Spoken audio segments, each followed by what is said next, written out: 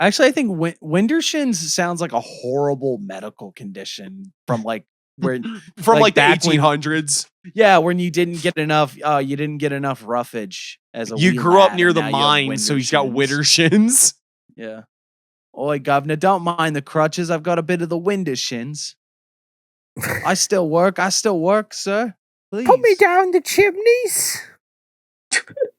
It was gonna be a chimney sweep. I was thinking about William Blake as we were doing that. In the first aeon, I was the Great Spirit.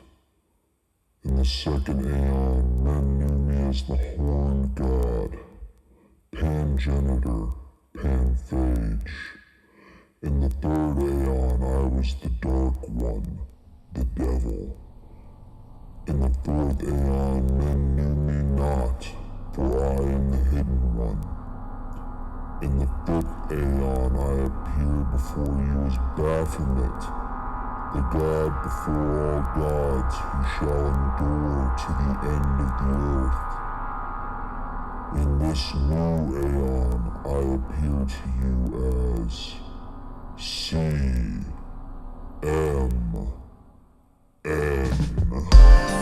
Imagine that there is a brilliant white light just above. Is commentary on the magic art. In the years of the primal force and the dawn of terrestrial birth. Oh, that was very educational. Now magic will take place. Don't be fooled by what I just said. Welcome, everyone. I am Suppressive Material Kennedy, and this is Chaos Magic News, the last stop on the Montauk Project. Joining me, as always, is my spoon-bending host, who's a little stabby sometimes. I don't know. I don't have a fucking good lead-in for this. What's an adjective? Steak-bending co-host. Oh, okay, there we go. Joining me, as always, is my steak-bending co-host, Uri Geller. How you doing, Geller? I give you a fucking gold name like that, and you can't even give me the lead-in it needs. I'm fine. All right, okay. Are you having a good day? I was until this. So thanks. Well, whose Are you fault guys is that? getting a divorce again? Yes. And it's your fault. You're going to go live with Grandpa. And crying in the abyss over there is our wonderful, wonderful pal and who's not going to go live with Grandpa. We have Coco with us. Hey, Coco. Yay. I'm great now that I know I'm not going to go have to eat mothballs again. I don't think Grandpa made you eat those. I thought they were candy. And also, back from parts unknown, we have local weirdo. Yeah, it's me, y'all. I'm sad that Coco's not going to come live with me. I bought all these mothballs. Anyway, everyone good? How's everybody? Yeah, me too. That sounds about right. It's been a long week. Par for it's the right course. Before Easter. These tariffs. Oh my god. These tariffs are killing me, man. My Temu accounts. Oh, God, do you guys know what 150% tariff does to something when it's 75 cents? It's like $1.25 now. Okay. Well, what do we have coming up on the show? God damn it. What do we have coming up on the show today, co-host? I can't do math, for starters. Right. No, this week we are going to have a brief discussion about the elemental weapons experiment that we all undertook a few months back. We were going to talk about it sooner, but the reason we haven't yet will become apparent. Then we're going to talk about the headlines. Just, short version. The world is on fire. How about yours? And then finally, we're going to round it out talking a little bit about remote viewing. Right. Which it's not what you do when you're sitting there with the TV on and you go click and then WrestleMania's on. That's a terrible joke. Cut all this. Cut the whole show. Let's just start over. Yeah. I mean, you guys are keeping me from watching WrestleMania, so. Well, I guess we're doing something right. Chaos Magic Punk. Oh, the good one. Guys, I got a confession to make. I don't actually know what CM Punk stands for. Chaos Magic Punk, yeah. Oh, it's not Semen Punk. Oh man, no wonder I keep getting in arguments. Oh boy. Okay. No wonder I keep getting asked out on dates. Semen punk is actually the precursor to crust punk because that's Right. what Because then it Oh, God. All right. Now that we've alienated anyone that would want to If you're listen to still this. listening, God bless you. So, Elemental Weapons project that we undertook. This was inspired by Peter Carroll. My biological father. Yes. Wait, I Co-host. thought it was Lewis Carroll. Oh, is that why this went so poorly? Okay, the first step of any magical experiment is to actually read what you were supposed to do. And clearly we didn't get that far. Peter Carroll in what was the original work that he In made the Liber one Kaos. Liber Kaos. Yeah, in Liber Kaos. Liber Kaos. In Liber Kaos. What the shut up. In Liber Kaos, he lays out a exercise called Chaos Monasticism. Gives a couple guidelines, the lesser to greater observances, and tells you to get a staff or whatever, carry it around with you. Do a magical experiment every day, that sort of dedicate all your sexual energy to gnosis, that sort of thing. These different guidelines. Then in Psyber Magick, he outlines 3 more exercises after the fact, basically saying, all right, well, the staff is sort of equivalent to the wand. So this is like a wand exercise. So here are 3 more that involve the pentacle, the cup, and the sword. I thought it would be fun, keyword thought. I thought it would be fun if the 4 of us would each pick one and try to follow it for what we do the entire month of February. Yeah. 28 days. So 28 days later, man, that should have been our Oh, go ahead. boy. That should have been the sign. Yeah, right. So we started February 1st and we went the entire month. We decided we were going to come back and talk about it, and then I think by the end of it, I don't know, I definitely didn't want to talk about it. Yeah, we were all just sick of it.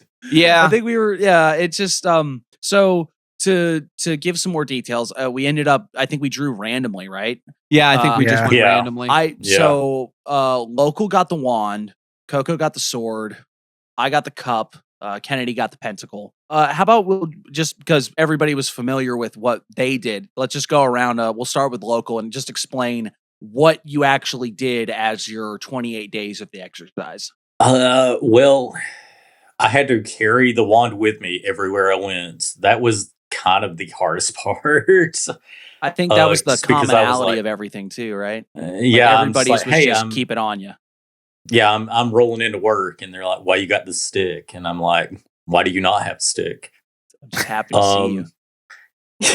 Yeah, but it was I had to do a banishing every morning and every evening, and then I had to do a ritual, which I did Horus. Ah, yes, Oh, the these- famous Psy Horus. Yeah, because it was just something I was comfortable with. Yeah. Just to explain for people that aren't in the Discord, we towards the beginning of when we started doing CMN, we did a group ritual. It was the 3 days of the Book of the Law, not this year, but the year before. Oh yeah. So a year ago. So yeah. Anyway, so a year ago, 3 days of the book, writing the Book of the Law, we did a group ritual based around the character Psyhawk and Horus. And it sounds very hokey. It's the sort of thing that you would see on Chaos Matrix back in the day and go like, "Oh, this is kind of like some goofy looking stuff." But we all got incredible results. It was great. Yeah, Literally everyone everyone everyone in the Discord that has done it has had interesting and useful experiences out of it. So it's a pretty box standard invocation. I mean, like if you are interested, hell, come to the Discord. There will be 15 people that will be able to share it with you. It's very simple. It's very effective. And share really good experiences. It's great. If you go to the Patreon, you'll get even extra. You go to the Patreon, I'll do it for you. But no, it was good. And not to get too much into the weeds on it, but it's a very solid invocation. And I think they're, whether just on a psychological level or whatever sort of etheric, magical, energetic explanation you like, the fact that it is a collective effort where the idea is everyone who has done this is in tune to this particular field, or I don't like this word, egregore. But it's a collective psychical whatever structure that also taps into the archetype of the Aeon of Horus, and so it's got a lot of good positive things that are really the goal was to sort of be an empowerment. But you're saying you did that invocation for the 28 days. Yeah, like I would do the banishings in the morning and in the evening, and then I would do Psi Horus as my like invocation. I had to keep a dream journal and then also dedicate sexual energy to magic, which I've never kissed a girl, so that was easy to. That was. Well, when you did it, did you like it? Well, I mean, I kissed my hand. I'm gonna let you get away with that joke because she's coming up later. Yep. Oh boy. I didn't really. The most I got out of it was like ASMR, like tingles while I was doing the rituals. So I love how we hype up this invocation, and then he's like, "Yeah, I didn't get a whole lot out of it this time." Like, fuck. yeah, I'm a failure, y'all. Nah. Well, either all of us are, or Peter Carroll is, and that's going to be my thesis statement. Yeah, it was interesting. Like, I mean, I definitely got something out of it. Just, I guess, not what I was expecting to. I wish I could say mine were that good. Do you want to do yours next? Yeah, I'll go ahead and go, unless Local has more he wants to say about it. Oh, no, I hate talking about myself. Well, I figured we just explain what we had to do, and then we'll go around and talk a little bit more about results. Right. I will punch you. The result is I got mad and wanted to punch co-host. No. I invoke fist. Okay, so I had to do the pentacle. Just to note here, in Psyber Magick, where he's written the additional 3 chaos monastic styled practices for the other elements, he called this one the Chaos Cyber Zoo, which I think is the hokiest fucking name for a magical ritual I've ever seen in my goddamn life. Cyber Zoo sounds like a early 2000s like rap group. It sounds like a Wu-Tang Clan spinoff. Bobby Digital and the Cyber Zoo, man. Yeah, right, yeah, exactly. I mean, that's fine. I get it. We were just talking about calling something a Psi Horus, and it's like, it's Horus, but he's also the superhero Psyhawk made of kids' psychic powers like Captain Planet. Like, I understand. I am the Hokey Magic Guy podcast, but something about that name already put me off of it. But my entire intention with doing this was sort of this, like, well, let's just do the practice and see what happens. Let's not think about anything beyond that. So what I had to do was I had to create a pentacle, which was I made a little piece of paper and I drew various symbols that felt significant to me and made sense. And I had to construct I could do up to 4 servitors is what it was. It was a maximum of 4 servitors, or commit an entire operation to the creation and use of a multi-purpose eidolon having a previously prepared material basis. But at any rate, I made the thing, and I chose to do 4 of them because I thought, well, fuck it. If you're going to be a bear, be a grizzly, do the thing. And that's also why I did the extreme observances. Yeah, I'm still shocked you did that. Yeah, well, I don't want to piss on your parade, but I am going to point out in a minute when we get through the rest of these is that like these are not all built the same, you know? Yeah, it's really I hate not. to say like that. The extremes for one versus the extremes for another are kind of a real mixed bag. Well, here, let me run through what the observances are. So you had to do a proclamation of intent suitably worded.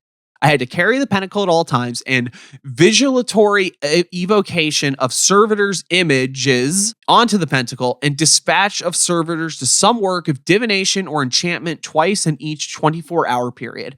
That is the lesser observances. So the greater observances is you do that 2 more times spaced equally around a 24-hour period. And the extreme observances is that you do all of those except you replace one of them with like a full ritual evocation of the magician's devising. So that's what I did for 28 days. I would get up, I would do a visualization of these 4 separate servitors, which I gave them all names, I gave them all sigils, I included them all in the pentacle, I put a thing that represented myself and some other things, and then I would sit there and I would visualize and evoke these servitors and set them out to do the purposes that I put for them. I'm not going to tell you what the purposes were because they're specific to my life, and I'm not talking about my life here, but what I'm going Bigger to titties. Bigger titties, a better co-host, and $5 million is what I wanted, and they didn't get any of them. And there was there was 3 things, and there was 4 of them, and they couldn't even handle that. Well, the problem was that you did one was for your left and one was for the right. Okay, but here's what I will say. I set each of them to different aspects of my life that I wanted help with doing. And we'll even break them down to personal life, professional life, podcast, and other endeavors. We'll just put it like that, right? And each one of them was every day I would get up, I would do these visualizations, I would carry the pentacle with me every day, and then every night I would come home and I would do a full ritual evocation where I burnt some cakes of light, because that's just an incense I had hidden around. I would do a full spoken invocation that I had written. I would have, visualizations. I would and meditate a bit, and sometimes I would do, the dreaded sexual gnosis sorts of things, or I would just try to, chug a beer or something like that. Just those sorts of things, little experiments, but for the most part, it would just be this ritual that I did nightly. And so did that for 28 days. And here is a criticism I've leveled against magic stuff a lot. I had very interesting and fun mental experiences. I had very interesting imaginatory experiences where I learned things about myself and supposed metaphysical ways of the world and all sorts of stuff. I had fun, interesting, insightful, sometimes even maybe meaningful experiences. They led to virtually no material results of any of the things that I wanted. One of them worked pretty well compared to the others, but the other ones didn't work at all. So, yeah. Which is weird because of what your thing was. Like, that should be materiality. Oh yeah, especially in the idea of the pentacle being the earth and the material. Yeah, that's what I mean. Thing. Like, it's like yeah, that's what I'm saying. You should have really got. Now, granted, I think all of these are done in a way that they're supposed to be in a certain form or another. Like, you're supposed to be getting some noticeable. Did it work or did it not? But like, especially in this, and especially in the regards that you had 4 different criterias of like, this happened, this happened, this happened, this happened. Yeah. And you're saying that they barely did dick. I got no movement on 2 of them. I will say after I stopped, I had a negative reaction on one of those things. So maybe in some sort of bullshit way, it was like the counterbalancing it and keeping things from getting worse in that area. But that's just sort Lefty of trying schrank. to make. I mean, exactly. You got a deflated balloon now. I'm sorry. Yeah, but it didn't last long, and it, like I said, no benefit, no loss. One of them. In fact, I'll even say this one just because it's not that thing. As I've mentioned before, I'm working on a book, so I used one of them to help me get this book written. And for the 28 days, I wrote significantly more than I had the previous month. And then afterwards, it slowed down again a bit. So that one, I will say that one worked. That is the that one got that a white worked. ribbon of it. Did Yeah. There was a thing.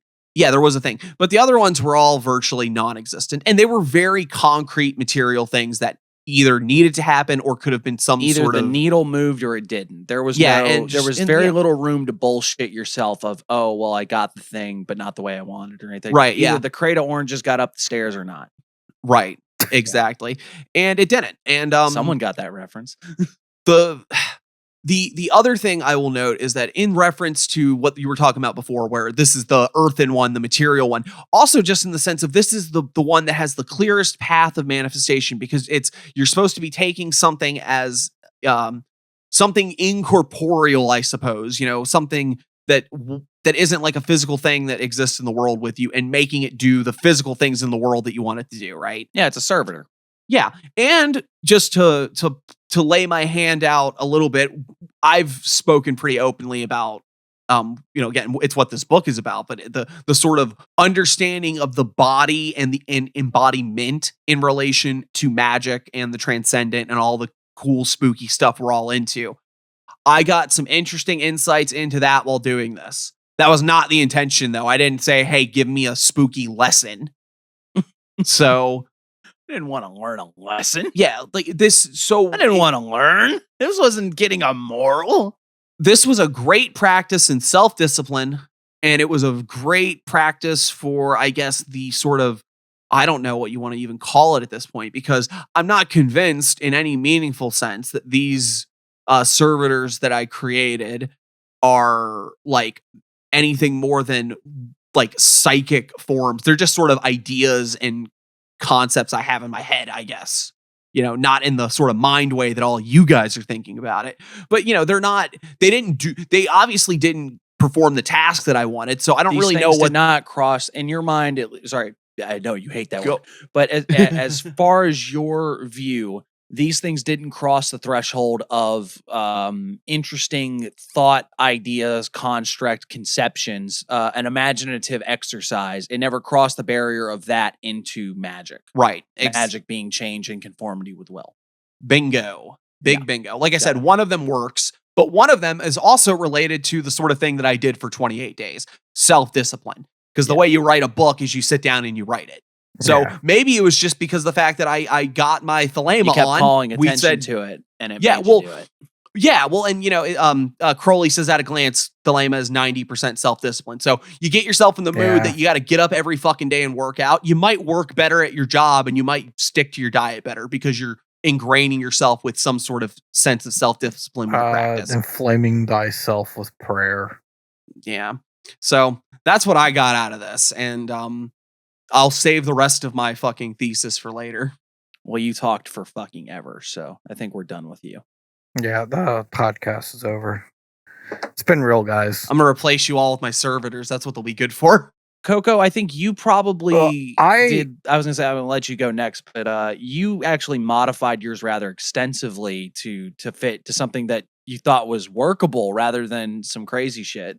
Yeah, you guys all went down the route of like, no, I agreed to do this practice exactly how it's laid out, so I'm going to do the practice as it's laid out. And I got like 2 days in, was in like one of the worst moods of my life, and shit was just falling apart around me. And I was like, this isn't working. I can't do 28 days of this or I'm going to lose my mind. So I just immediately went, okay, I'm going to take the entire ritual, throw it out the window, and just focus on what I'm working with. Okay, I'm working with swords. What's the energy that swords invoke? Like, you know, the intellect, Hode, the cutting away. So like, I just created this ritual. I drew up a sigil. I'll link it if you want. And I drew a sword, and I pictured myself, like I went into, like I did my normal ritual, set up everything. And then I did a reguli. Oh, yeah, for the non-Thelemites, Liber, I don't remember the full name. It's Liber Vel Reguli. Quintus Vel Reguli. There we go. Yeah. Really pretentious. That's the full one. It is a ritual written by Aleister Crowley. Shocking.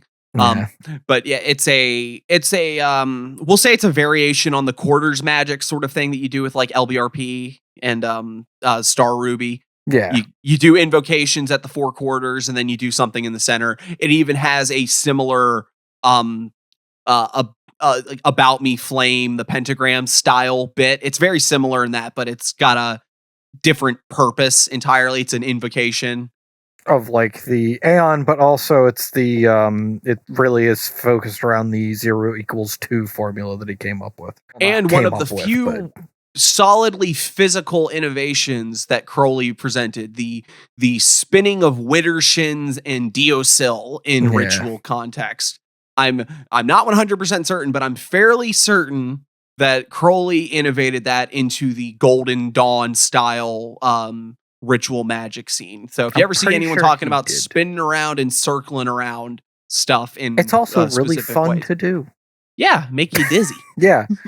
Like whirling dervishes, it's a whole thing. I saw them with underage drinking is cool. But anyway, so I completely like rewrote the ritual to do that, and then I put the drawing of the sword on my chest, lay in the hangman pose on the ground, and I pictured myself holding the sword, and I would take different topics and different aspects of myself, and I would use the sword to cut away the bullshit. And it was like we'll get more into when we get into results and stuff like that. But like, I had a wonderful time with mine, but it was because I threw the entire ritual in the trash and did something else. Just because I have the text up real quick, I'll tell everyone what Coco was supposed to be doing, and then when he said, nah, forget it. His was called the Jihad of Chaos, which is another one of those like, oh, very cool name, Carol. Very punk. The purpose was to increase vitality and material fervor and to attack offending forces. Which, in a certain sense, I think you got that. This is where the cowbolt thing gets brought up too, because that's also brought up in Cyber Magick. Right, yeah. So it says like, all right, make your sword, take the oath, and then it's supposed to be like you dedicate a half hour to practicing with weapons or like practicing some kind of martial art, and then like half an hour to working out vigorously every day, and then you have to like you do the cowbelt on one target, and then I think like the step ups are like you got to do more targets every day and increase the amount of time that you're like swinging your sword around, I guess. Two things with that. I forgot to mention that like my magical weapon, because you're supposed to carry it on with you all day, was very easy for me. I am a mechanic, doxing myself. So you had a machete. For when you needed, like, all right, this radiator hose, I've had enough. This customer's getting on my nerves. No, I had a pocket knife that I already basically carry most of the time at work anyway, so it was just very easy to have a pocket knife on me at all times. And like my ritual to remind myself throughout the day was any time that I went to go use my pocket knife, I had a little ritual where I would like pull it out with a single motion. And it was one of those ones that like was like and he'd say thunder, Thundercats, ho. Yeah. By the power of Grayskull. No, I would flick it open and I like had like a whole motion I did with it, and I would use that to cut open everything. Like I didn't use any other tool to cut open packages or anything. Like that was the only thing I used. And I think that would be the one aspect of this ritual that I think is exceptionally effective compared to anything else laid out in all of these practices. Just the act of keeping the thing on you constantly and drawing your attention back to it is very effective, especially because it is an inconvenience, or like as locals said, like when they're like, why you got that stick in your pocket? My version really quick. I think it's just referred to as the Void of Chaos. But it's the cup ritual, and so you make a cup, or in my case, I assembled a cup out of a couple, like out of a couple, out of some stuff I had around. I made a functional cup. Oh boy, I'm sorry, but it was something that was large enough that I felt like I could use it for the things that it needed to be done, but it was also small enough and convenient enough that I could manage to, like, I didn't keep it in my pocket all day or like hanging around my neck, but it was never out of arm's reach, basically.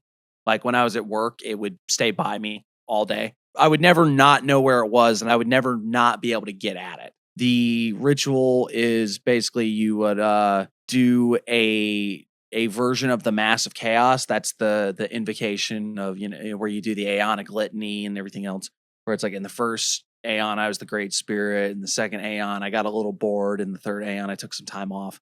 But it's that one. In the fifth Aeon, I gave myself a little treat. They literally just heard this. It's the start of every show. It's the start of the episode, yeah. But I'm sorry. But you do that with, it says use distilled water as a sacrament. Now, I don't know why it had to be distilled. Maybe just like tap water got fluoride. Well, if it's going into a battery, it has to be distilled water, so it's not for charging it. Oh, and if it's going into the ocean, that's why that's why the ritual didn't work. I used bottled water. I used mineral water, and the spirit mineral. No. But I did that. So you do it says using that as a sacrament, and I will say I didn't use water every single time. Ooh, he's drinking. Sometimes Daddy had his shaky hand juice, but and then it would say Sorry. Shaky hand juice. I saw them with underage drinking is cool. Boy, look. Okay, Isn't the one guy so- in that band? Sorry, yeah, I'm it's sorry. one guy. I'll stop. look, this is gonna go on for fucking ever. Okay, but so you do that, and then you dedicate, I believe it was a half hour to scry, like fill the cup with it's a dark liquid and then scry. And the goal of this was to get visionary and divinatory experiences through the act of scrying by staring into this dark water or dark liquid or whatever and seeing stuff. And the greater I did the lesser because I tried to do what I felt was like doable. Because when you had to do the invocation right and then to do the half hour of the scrying, that's about an hour. For most people, getting an hour out of your day to do a magic ritual is not unreasonable. It might be a bit inconvenient, but it's not unreasonable. For me, February was the absolute worst fucking month to do this. I didn't have a single day off from my job during that month. And I was working anywhere between 12, like I was working the shortest day I had was like a 10-hour day. And the longest one, I think I was there for 18 hours. Yeah. You were a trooper though, because I think I know for a fact I missed a day at least. I think I missed maybe 2. Oh, here, not to cut you off, but just to ask the rest of the crowd here, how many times did you guys like miss something or fuck up? Because I think I did twice, and I compensated by like doing it immediately. And because usually what the problem for me, what would happen is like I would come, same thing, like I would work late one day or something like that. I'd have something to do, and I would be, I would fall asleep or something before I did it or before it was time to do it, that sort of thing. And I would just wake up, immediately do it, or do it at whenever freaking possible. But mine's pretty easy. It's just sort of visualize and evoke. So I could do it in like 20 minutes. I had one where I was like, this was getting towards the end and before we like got in like the home stretch. So it was like about week 3. And I did my normal thing just because like I have nights where I work late. And I got home from my late night and I was like, all right, I'm just going to make some dinner real quick. And then I'm going to chill for a little bit. And I like sat downstairs. And then I was like chilling, and all of a sudden I was like, it's like 11:30. I should probably head up to bed. And then I was like, fuck, I never did it, and I had to do it like half awake, and that sucked. That was I had fun. a couple of those too. Not a fun time. When the body is sleepy, it don't want to do the magic. It really don't. Yeah, it's like you can't get into the right no state. good. Local, what about you? I know you had at least one day that you like forgot the staff or something, right? Local. Did Local die?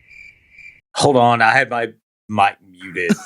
Oh God! You're cool. Okay. Oh, you were being good podcast etiquette, and then were you talking? And oh my God, were you talking this whole time? No, I was just listening to y'all. Oh, yeah, everyone's just ignoring me again. You scared me for a minute. I was like, no. Well, glad I ruined this segment. Oh, stop. No, we fix it all in post. I thought you were just like, I had such a bad time with this. I don't even want to hear you guys talk about it. But yeah, Local, I know you had at least one day that you left like your wand at home or one day, right? Or something like that. Yeah. Honestly, just carrying the wand with me every day was the hardest part. Because I'm like, I got a job. I can't carry a stick with me. Yeah, right. Well, and the problem is that he even explicitly says in Chaos Monasticism that the staff should be large enough that it is kind of inconvenient. So Carroll wrote it to be inconvenient. Interesting. This will go into my thesis at the end here. Anyway, yeah, so no one did it perfect 100%, but I think we all kind of did what we could. Well, the one thing I will say too is that, and I had a really bad time. You guys, not just because of the ritual, but it was like one of those, because I was working so much, because I was exhausted. And when you're tired, as you said, sleepy magic is not good. And you know what? You know what's going to really put you to sleep? Staring at a cup. Sitting in a meditative state, trying to focus in on something and relax. And then, hey, there's supposed to be mental.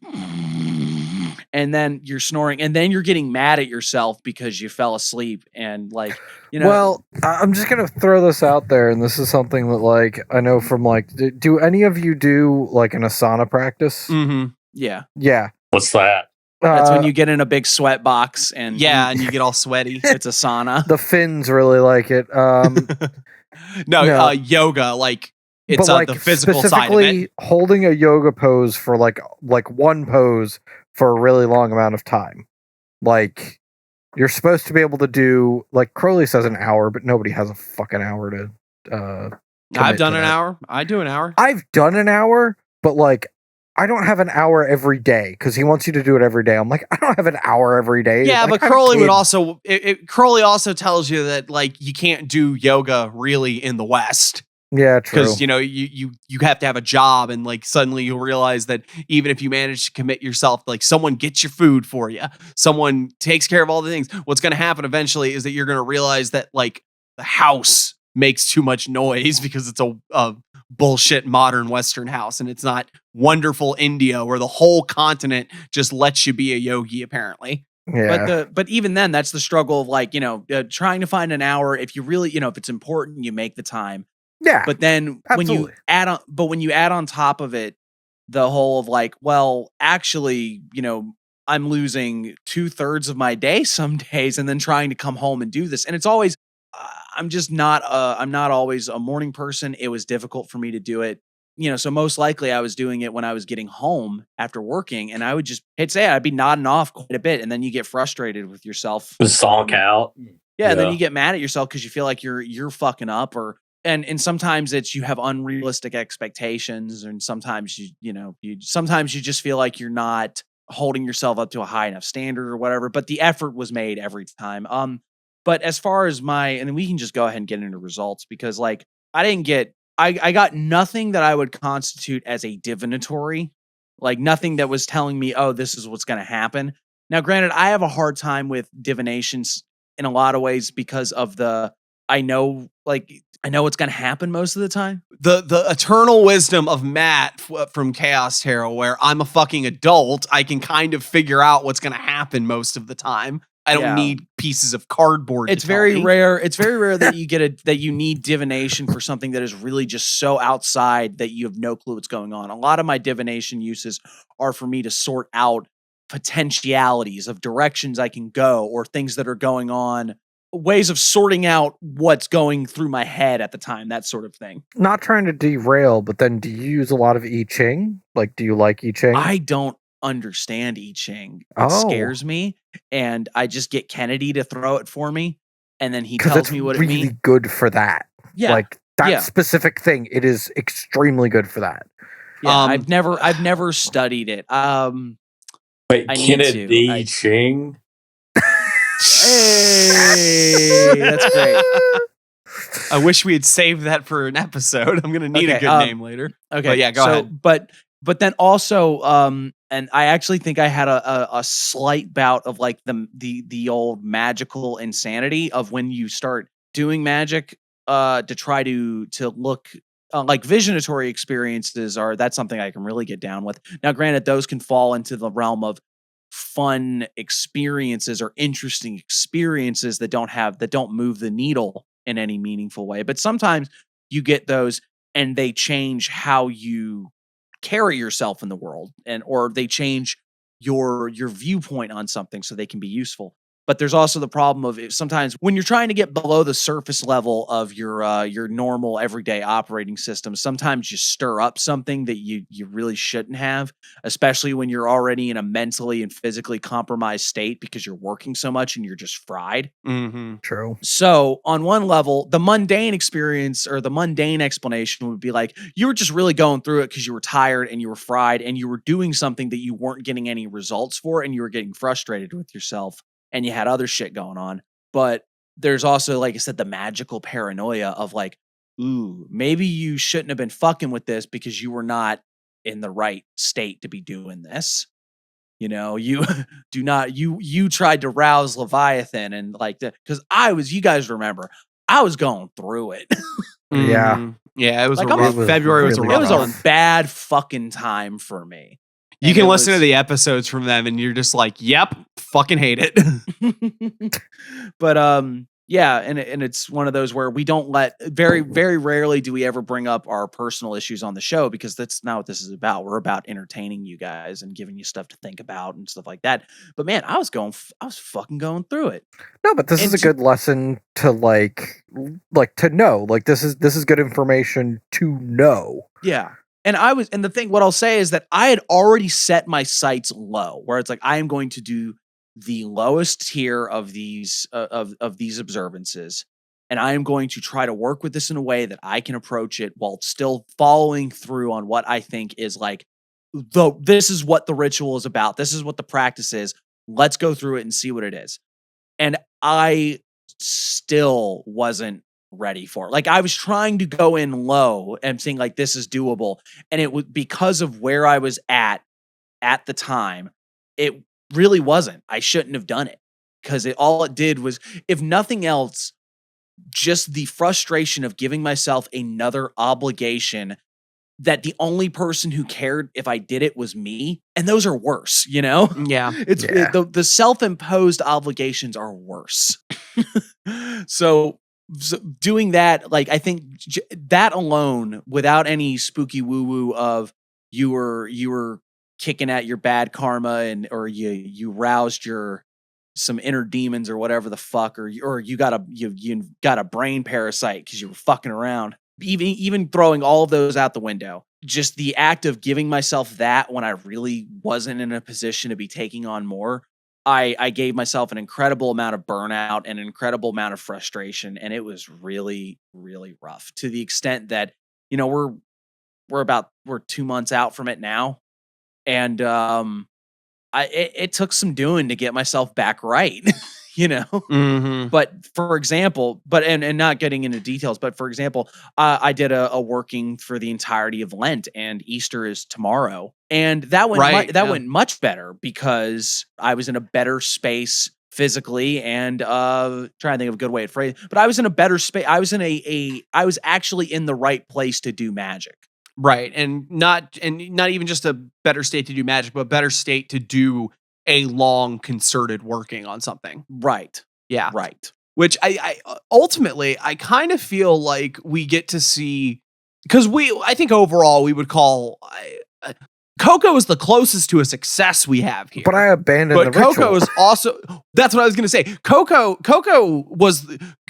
did what Cohost probably should have done, where they were just like, this shit ain't fucking working, and either done something else or just called it and said, yeah, I'm out. And like, what do you mean I'm out? I'm out. And I will say that's that a Seinfeld reference.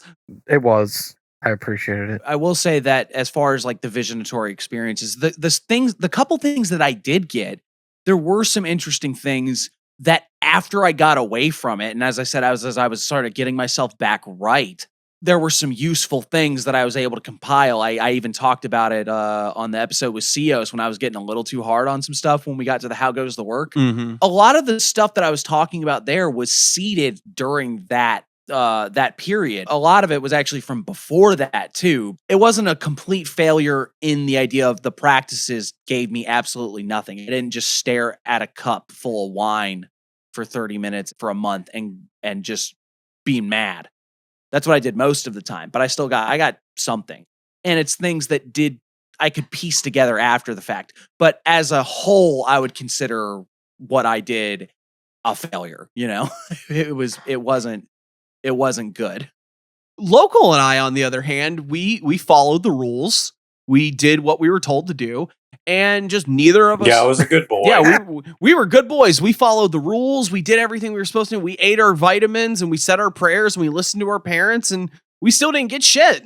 Well, okay, I will, again, in the same spirit of what you were talking about. I'm still using that pentacle, and the servitors I created, I don't even really want to call them that, because I don't think that they're doing that. I don't think they're not. I don't. I'd have to get deep into the weeds on my magical theories, and I'm not going to do that because this segment's going on too long anyway. But I will say that what I ended up doing while following Carroll's instructions did not get any of the results that Carroll was intending. And that could be a failure on my part to do magic properly. Maybe I just need to get good scrub. Follow a 2-step process. You failed, Peter Carroll. I guess that's sort of my thing, is ultimately just looking at all the rituals. I don't think they're very good rituals. No. Like, I just don't like, and I don't mean that because it's like, we bag on Carroll a lot sometimes, it's snarky and shit. But I don't mean that in like Peter Carroll's a piece of shit and he doesn't know what the fuck he's talking about. But I just don't think they're very good. I just don't think that they're the kind of thing that is serving the purpose that he really wants to bring.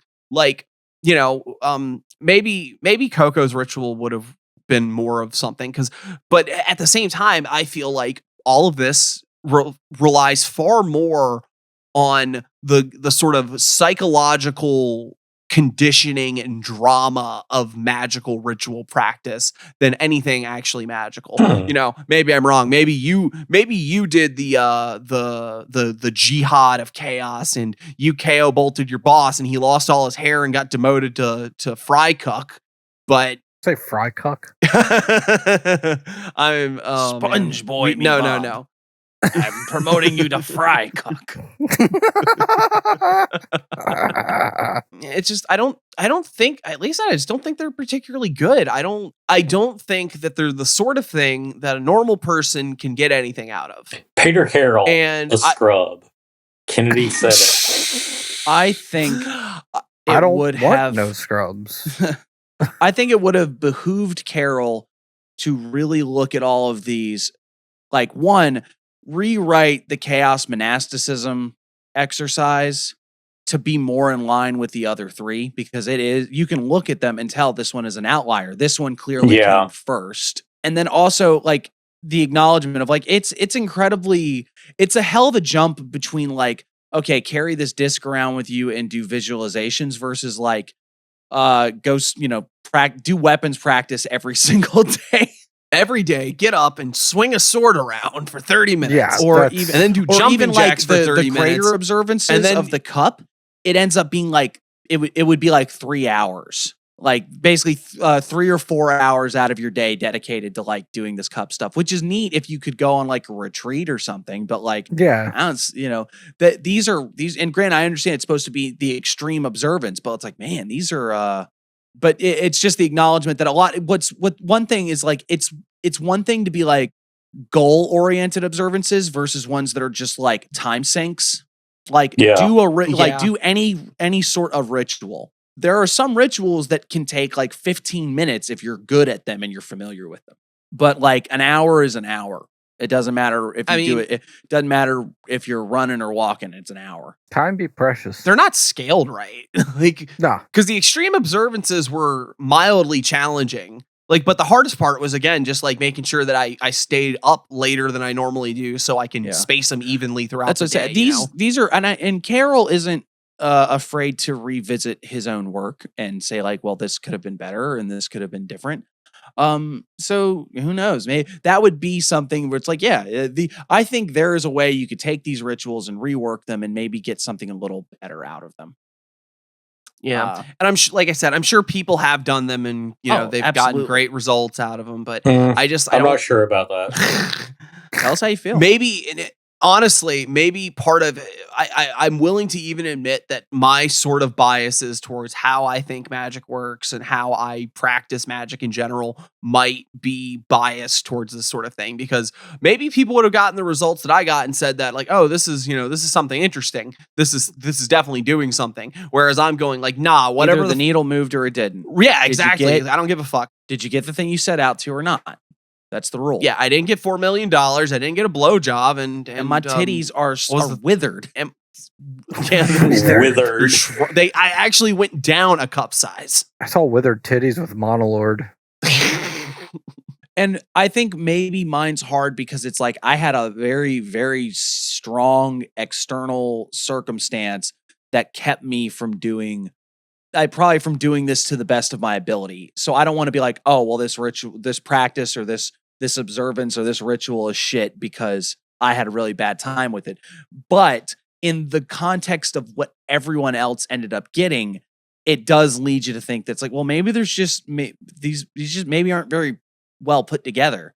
And it might be in the idea of the coyote idea of paring down things to the base essentials can sometimes have its own drawbacks of you've gotten something that is so stripped down that it might be missing something that is not fleshed out enough to be as effective as it could be, I guess. Yeah. I have a whole fucking thing that I'm not going to get into right now, but I want to go down at some point about how like postmodernism with its like stripping down and restructuring is great to a point, but like when it gets out of hand, it just, like you said, it just strips like almost too much away, and then it's like, well, what are we doing now? So the question concerning technology, right?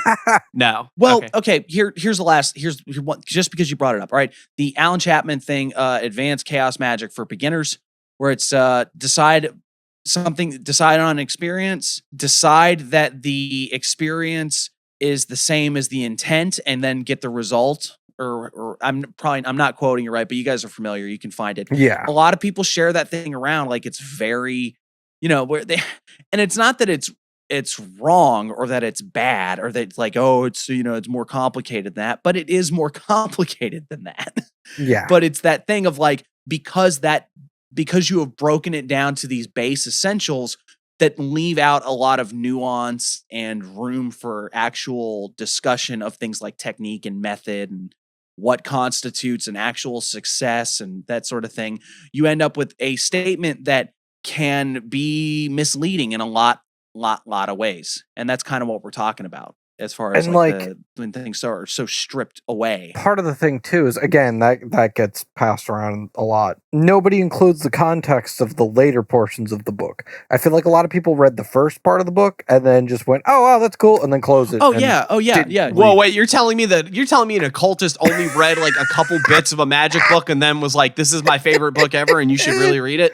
Oh my God. That's what I mean is like, because that quote gets shared around a lot.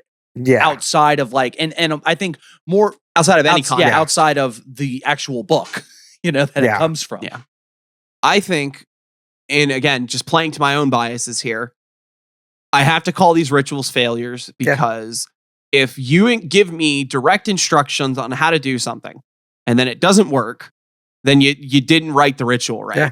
Because that's when people don't like talking about that in Magic a lot because there's so much of a tendency to play towards people's own subjective experience of it and an occulting of the actual mechanisms and things going on. And if, like I said, local followed the rules for the most part. He screwed up a couple times, but he did the things and he didn't get anything crazy out of it, nothing worthwhile. I followed the rules as much as I could. I screwed up a couple times, but ultimately didn't get what I wanted out of it, didn't get what the intended purpose was out of it. So I gotta call them bad on that front because that's the what else do we have other than what we're doing?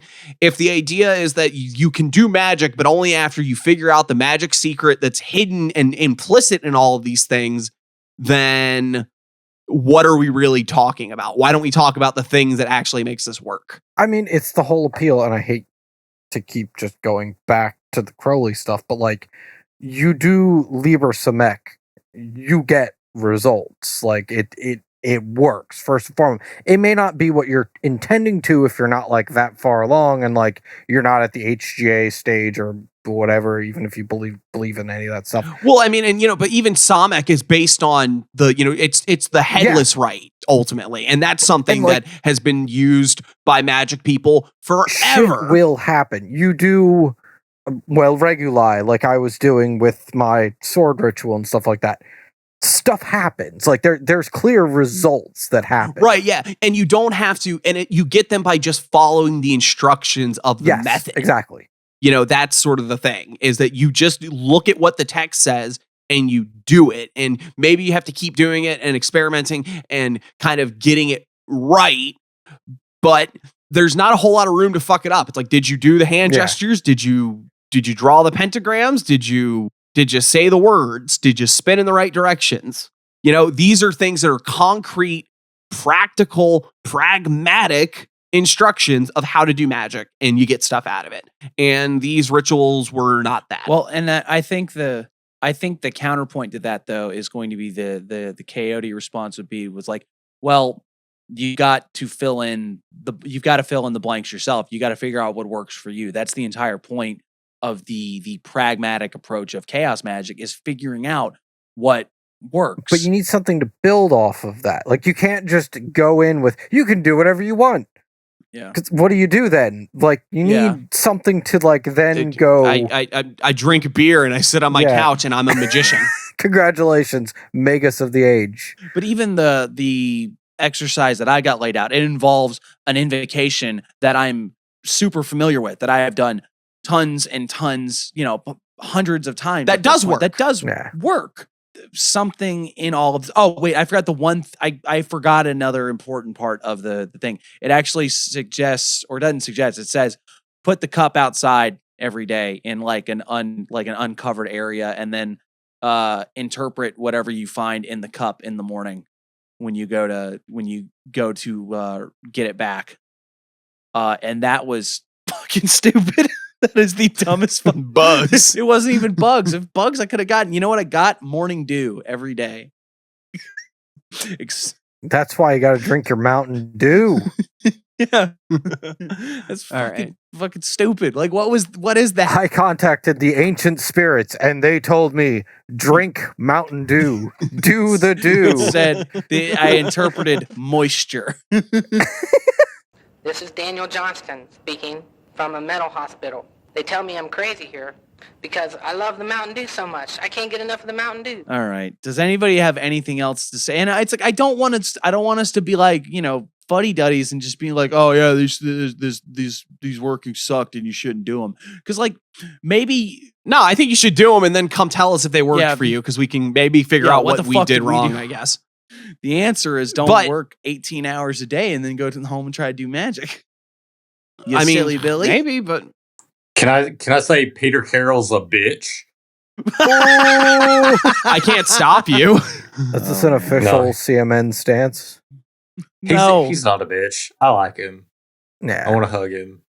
That's his dad. That's co-host. Give me dad. I just want him to come back and explain why he had to leave for milk and cigarettes, and then and all of a sudden he's got this like IoT and he's got all these books out and stuff, and like I don't even care about the child support, man. Like that's fine. Like I accept that I'm not going to toss get a that pigskin around. But I just want to toss the pigskin. You just want to sit on his knee and let him read Liber to you. We're gonna play a sad like going away song, and co-host, we're gonna fade out to you like the Incredible Hulk theme. Yeah, the walking away into the sunset. That's exactly what I was thinking. You guys are. We're gonna play that, and now just monologue about how you just really want your dad to be proud of you. It's like I keep trying to do all this magic shit because I think that's what he wants. But what I think I really want to do is juggle. Or no, be a juggalo. That was it. I'm gonna paint my face. It's all just miracles. Fago. Fucking. You know that? Okay, all right. Fucking magnets. How do they work? How do they work? It blocks like facial capture technology. Oh yeah, I did hear that. Magnets. Well, I'm sure a magnet. If you throw it at the facial. Sure, if you you toss a magnet at the right. Yeah.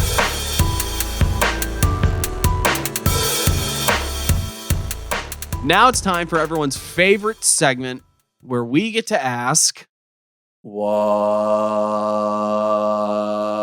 in the news? Are you okay? Yeah, that was a good talk. I'm just thinking about my dad.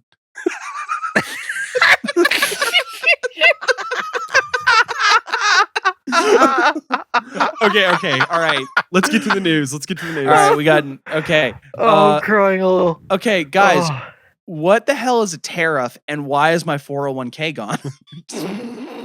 So it turns out that a tarriff is when we pay a lot of extra money for when things. Prices go up for everything. Saltwater tarriff is that stuff you get at the beach and it tastes terrible. Yeah.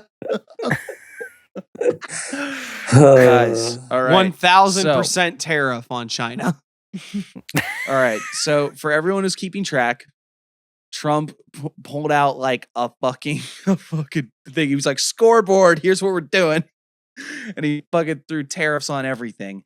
There's all sorts of fucking insanity going along with this. Yeah, where like somebody- it was made with The Chat penguins? GPT, Yes. apparently. Yeah, the penguins get the tariffs, and it was made with Chat GPT, and he threw them out. The stock market said number go down.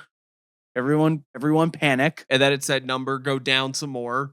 Number go down, and then number go up because he said that no, I was bullshitting about these tariffs. Don't worry. But then number go down again. What's notable is there was a rally that started literally because a rumor started he was pausing the tariffs, and then it was like, oh no, he's not, and it went right back down. So I always love how volatile our markets are based on nothing. No, but then he was like, oh wait, number go down, so we actually gonna pause tariffs. Yeah, but not all of them, just most of them, and maybe we'll institute them back if they don't. He's basically like, all right, ball's in your court. You guys got to come negotiate with us. And he's hoping to get like he's hoping to strong arm people, but it seems like all that's going to happen, and it's already happening, is that we're losing trade partners. They're taking their ball and going home. It's making everything more expensive, and no one's fucking around with it. And China is making it a huge point to be like, no, we're not only are we not going to capitulate to you, but we are going to make sure that everyone knows that we are doing this because we hate you and we think that you are. We are not going to be intimidated by your nonsense. Yeah. Look, I just know I'm getting my $1 Nikes from China. Trump legitimately just did, and I hate to make this reference, the Family Guy joke. What happened to you, China? You used to be cool. China is still cool. Nah, China, you change. It's just nonsense. But now there's also all the hubbub of like all these companies pointing at like Chinese companies saying like, yeah, all of these designer brands that you love so much are made like all in the same factory, and we just switch the label and send it. So like if you want to just buy them from us direct, like $1, we got you, fam. It's cool. Which is also that joke of where I was saying, like, you know what 150% tariff does when something is 75 cents? But that's funny at least. Yeah, it's hilarious. It's funny, but it's not, because this is causing untold economic damage, which ramifications. It's funny because I can't afford to buy milk. Yeah. It's funny because I have no choice but to laugh. There you go. Yeah. It's also like Trump is once again showing that like he can't commit to just doing the awful thing. It's like everybody panics and he's like, oh, well, and the 3D chess or the 5D chess people are going to try so hard to act like this isn't just gross incompetence. They already have. They've come up with so many fucking there's people on the left too. There's folks on the left that are going like, oh, well, this was an intentional market collapse so they can do this. And it's like, I think you're giving them too much credit. I think you are. Yeah. I think these people are fucking stupid and crazy. I think it's possible that someone convinced him to do this because they knew that they could make some money off of it. Peter Thiel. No. I'm not saying that. I'm not saying that doesn't have. It's not that there aren't people being opportunists here. Well, but that was the last Trump regime, and that's kind of what we're getting now. It's people, opportunists, using a volatile old codger who is only dribbling tapioca pudding down his chest. Yeah, I mean he's 6'1" and Home Alone, 120 pounds. Oh yeah. He's sick. Yeah, I'm 6'5" and I'm 230 pounds. I like that we have a president that has like almost Kim Jong-il and Kim Il-sung levels of like lies that people are just willing to believe. You know what I mean? Like he's like 2 years away from saying that he invented football. Well, it's the North Korea thing where it's like people hear that bullshit, but no one believes it. People like they act like it's like, oh yeah, you're so propagandized and you don't know what reality is. And it's like, yeah, we know they're lying to us. They're a horrifying, oppressive regime. It's you idiots that think you got something going on here. Like you think you got freedom, and you're the most propagandized population on the fucking planet. Yeah. You got idiots that are like, yeah, he can run. You got a president that can run a marathon. The only thing running is the poop down his drawers. The duty poop. There you go. Great. Professional podcasting. But no, for real. Yeah. So that combining this with the other shades of incompetence that he's continuing to, well, at least he's not waffling on this one. He's very committed to deporting people to a prison in El Salvador. Yeah. So committed that he is willing to be told that this was illegal and that this person should not have been deported. And they come up with like photographs of some dude's hands that has like a tattoo on it. And he goes, yeah, that's a gang tattoo. Kilmar Albrego Garcia, where people are doing everything in their power to tell you that this man was like a cannibal gang member. Yeah, chopping heads off babies. Yeah. And everything else. Putting fentanyl directly into the Willy Wonka chocolate factory. Yeah, it says, and we did finally get confirmation that he was alive, which wouldn't have guessed. Thought he was dead. I thought that's why they were making such a hubbub. We have a Dem using it to grandstand, which is fun because they're going to make a big deal about how they need to help this man and then not do anything. And he's still going to be in prison. It's crazy. It's absolutely fucking insane. But then, like, meanwhile, he's telling the highest court in America, and he's be like, "Shove it! I don't care. I'm not doing it. Yeah. I'm not doing it. You can't make me." La la la la la. It's like the fucking defense. It's like, and then the argument is like, "Oh well, even if we brought him back because we didn't give it because we made an error." Like they've admitted they made a hiccup. They're not giving people actual due process and all this stuff. They're like, well, we just said he's never coming back. He's just never coming back. It doesn't matter. Who cares? Again, what are you going to do about it? What is anything in the political system going to do to address this? You can't. We're fucked. We've already gotten to this point that an executive can do this. This is realizing that like your car is dead, like your transmission is about to go out, but like the car's still running for the moment. You know what I mean? Yeah. Like we saw that the transmission was going out years ago, and now we're just like now we're freaking out, going like, oh god, it's finally happening. The trans is dropping out.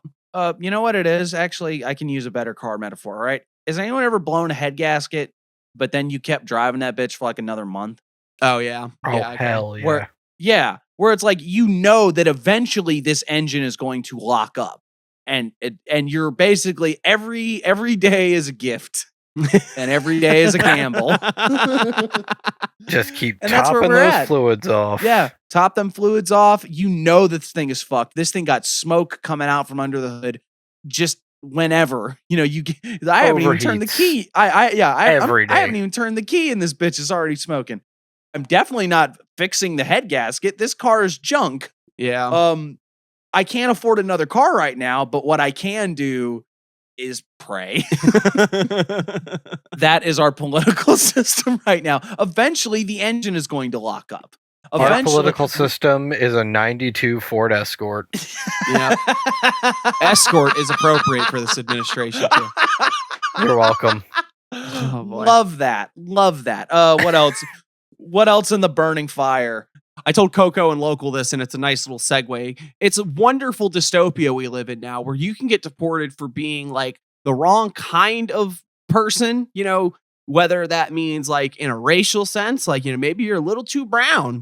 Guess you got to go. Maybe you got a funny name. Guess you got to go. But don't worry, because if you happen to be just like a regular white cis person or something like that, maybe you're neurodivergent. And if that's your choice, you get to go to the RFK wellness camp because you're an autistic person. You don't pay taxes. This man, like, it's one of those things like this guy is talking like, okay, has anybody read The Body Keeps the Score? Yeah. Lovely book. Great. I have not, but I want to. It's like Wilhelm Reich without being Wilhelm Reich. I will send you my copy. All right. I don't read. The beginning of the book actually describes what mental institutions looked like before the advent of the biopharmaceutical solution, and it's describing like hell. It's awful, and there's like, and it's the problem of like there's nothing Foucault. He's like there's nothing and the phrase again. The biggest problem was that there wasn't anything we could do for them. There wasn't anything. If somebody was he's like if somebody was a violent psychotic, if they were a schizophrenic that had horrible, debilitating delusions, there wasn't anything you could do but like hose them off and keep them in a room. It was awful. It was fucking terrible. And I feel like that's what RFK thinks the world is still like. I don't think he has any knowledge of these facilities. I don't think he has and so his understanding of any, not in like, God, forget autism, right? Where there are people that are autistic just living their life. They have issues, but everybody does. Sometimes the biggest issue that an autistic person can be dealing with is dumb motherfuckers who don't understand anything about autism. Yeah. And meanwhile, this guy looks at it like, oh man, any condition that is not like normal, as in like, the laundry setting is like somehow that these are people that need to be the only thing we can do is keep them in a room and hit them with the delousing powder and hope they don't bite each other's ears too much. Oh man. Yeah. Guy's a fucking madman, which is weird because he's the head of he's the head of health in this country at this point. Because it was given to him for nothing, No, it was given to him for dropping out of a political race where he was running as opposition. It's like this was viewed as like a nothing, It's like, who cares who we put in front of this very important position? Well, I mean, yeah, he gave Linda McMahon. Oh, here's a headline with the McMahon because it's WrestleMania. Hey. Linda McMahon didn't know what AI was. Oh no, she kept calling it A1. Yeah, she kept calling it A1. Oh, steak sauce. Yeah. God, I could go for A1 right now. She's like, oh man, we need to stop China because they are making a superior steak sauce. The way we'll tie this back to occultism, the magic of being able to cover your own incompetence with a sheen of connivingness. Like there's just this way that this administration in particular runs, and the Biden administration did a lot of it too, because of course, he was an old fucking codger that was losing his goddamn mind, and everyone was. Well, it's also what it is that it's watching.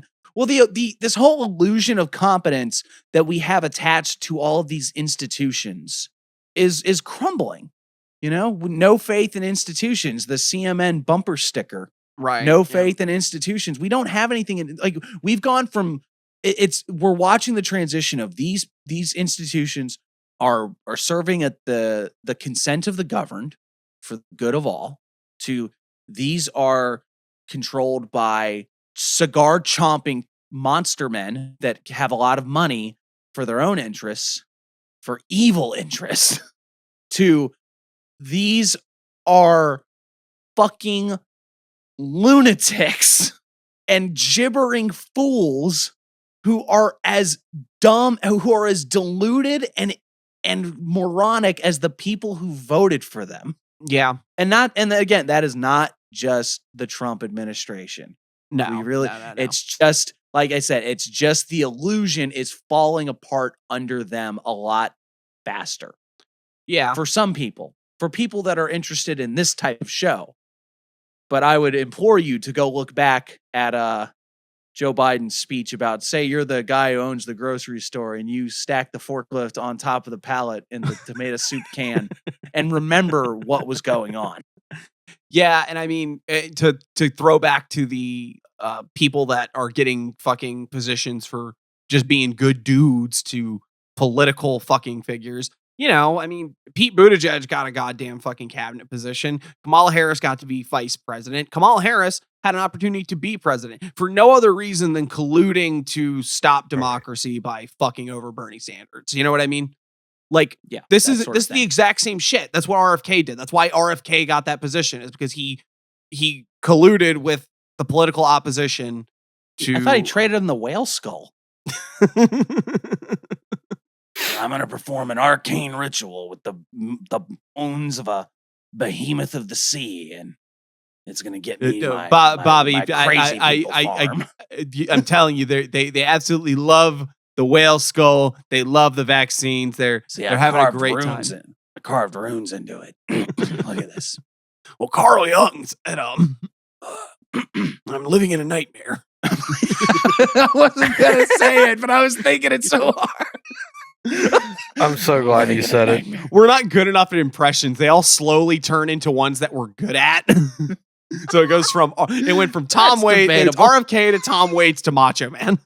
I'm gonna spend my last Slim Jim on me. Okay, all right. What other horrors are going on in the world that we can talk about? Okay, well, there is one thing about like Doge personnel getting a whole heap of information. I don't even want to talk about this one. I'm sorry. No, it's fine because Elon's been like mostly out of the news cycle. There's rumors that he's getting like kicked to the curb.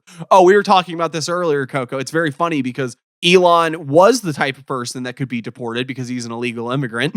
But now he's also can be deported they can put him in the RFK camp because he's also clearly neurodivergent in some capacity.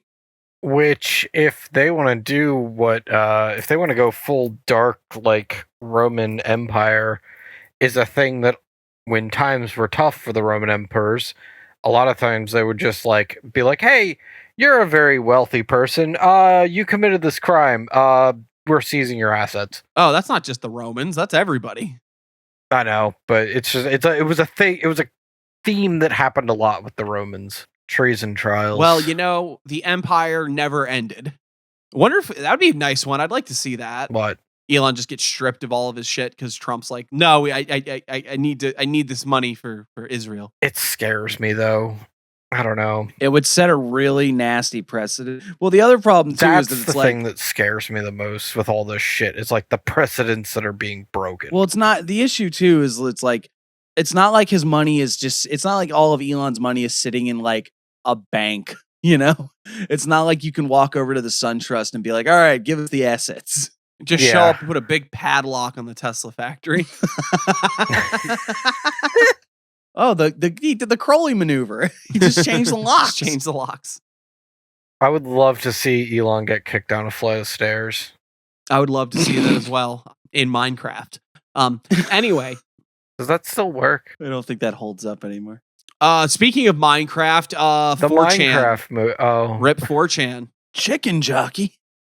How fitting that a Minecraft reference is like the last thing that got posted on that site before it just died. Oh, really? Yeah, it's down. It's still down as of right now. I think it's just gone, man. I think it's done. A lot of people's info got exposed. If you were a 4chan person, I'd be like signing up for that fucking like what's that shit called, LifeLock or whatever. You're gonna fucking need it. Way ahead of you. The crucible that created meme magic for the common man.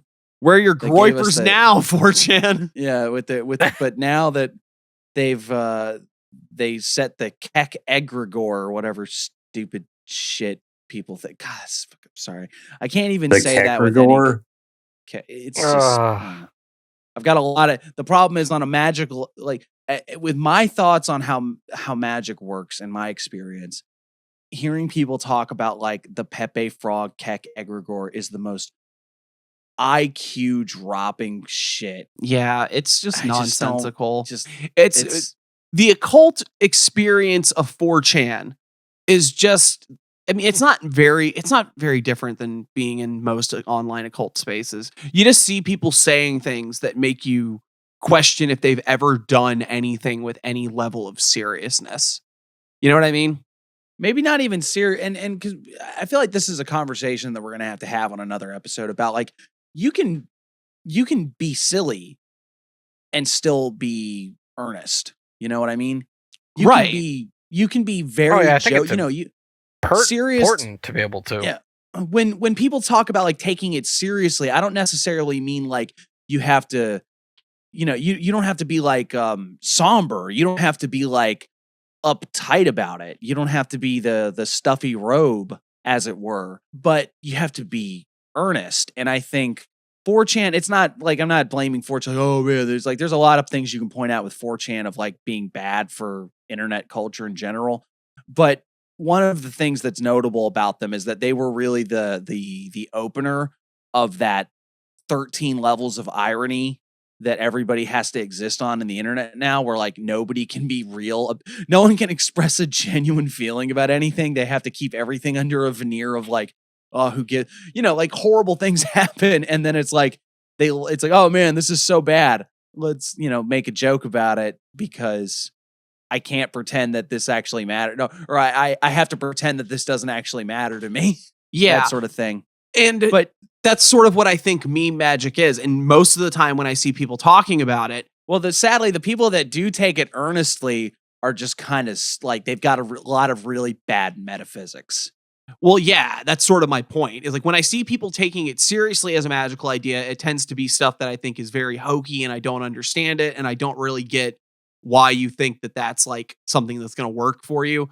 But when I see like the 4chan people do it, yeah, exactly. My meme page is a hypersigil. But when I see people like hyperlink on specifically on like the 4chan side of it going like, oh yeah, man, we made Donald Trump president with the Pepe Frog Kekregor. I don't believe it. I don't think they really believe that. And that's probably for the best. Yeah, it probably is for the best. But the bigger thing is basically that like they had like unpatched software from like 2016. Yeah, it hadn't been updated in years and somebody finally cracked it. I guess it's one of those things of, it's probably kind of interesting because it's almost that idea of like, man, no one would think to fuck with 4chan, man. You'd be really, and then it's almost because they were like, man, we're untouchable. No one would dare.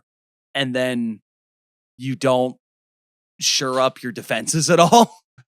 I think it's kind of been abandoned is what it is, right? Like I can't remember even the people who ended up like the people running it essentially at that point, because it had changed hands at some point, right?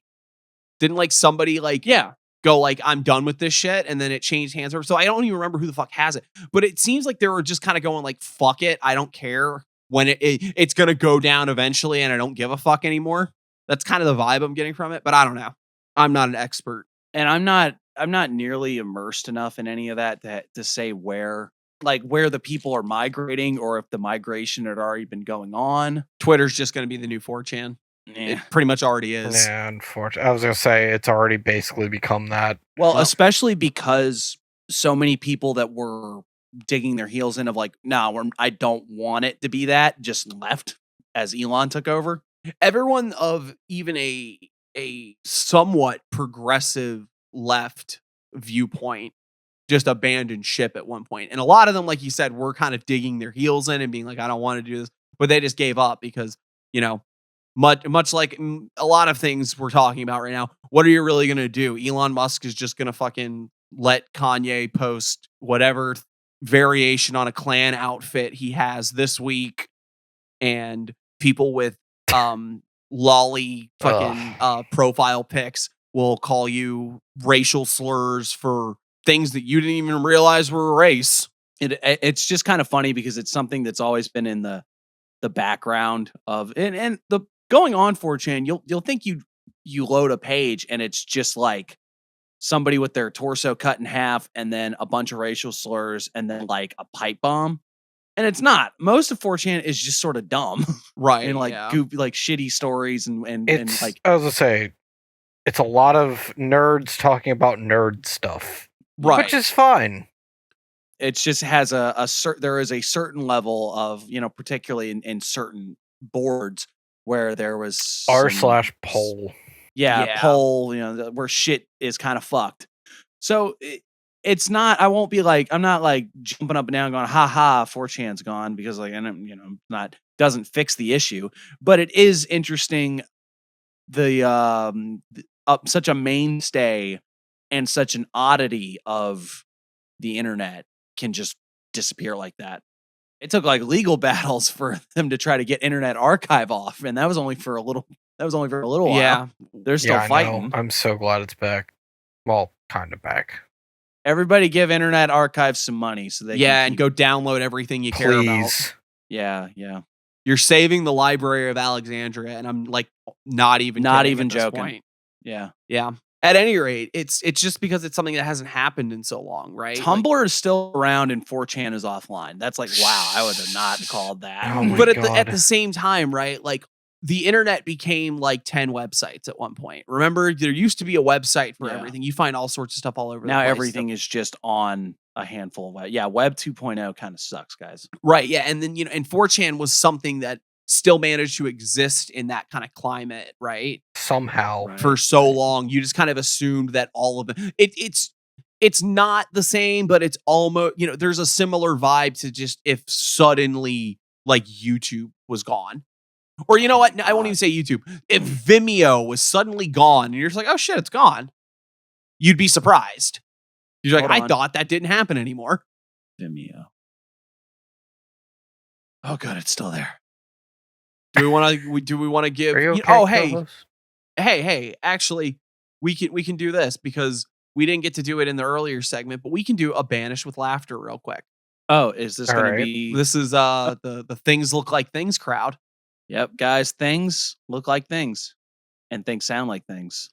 Whoa! Deep esoteric wisdom. So they shot some ladies up into space for girl power. Slay Queen. It was only for like 11 minutes, and it cost more than the entire country of Cambodia. Oh my god! It was really empowering when Katy Perry got to like say her new album was coming out in a low orbit. I cried.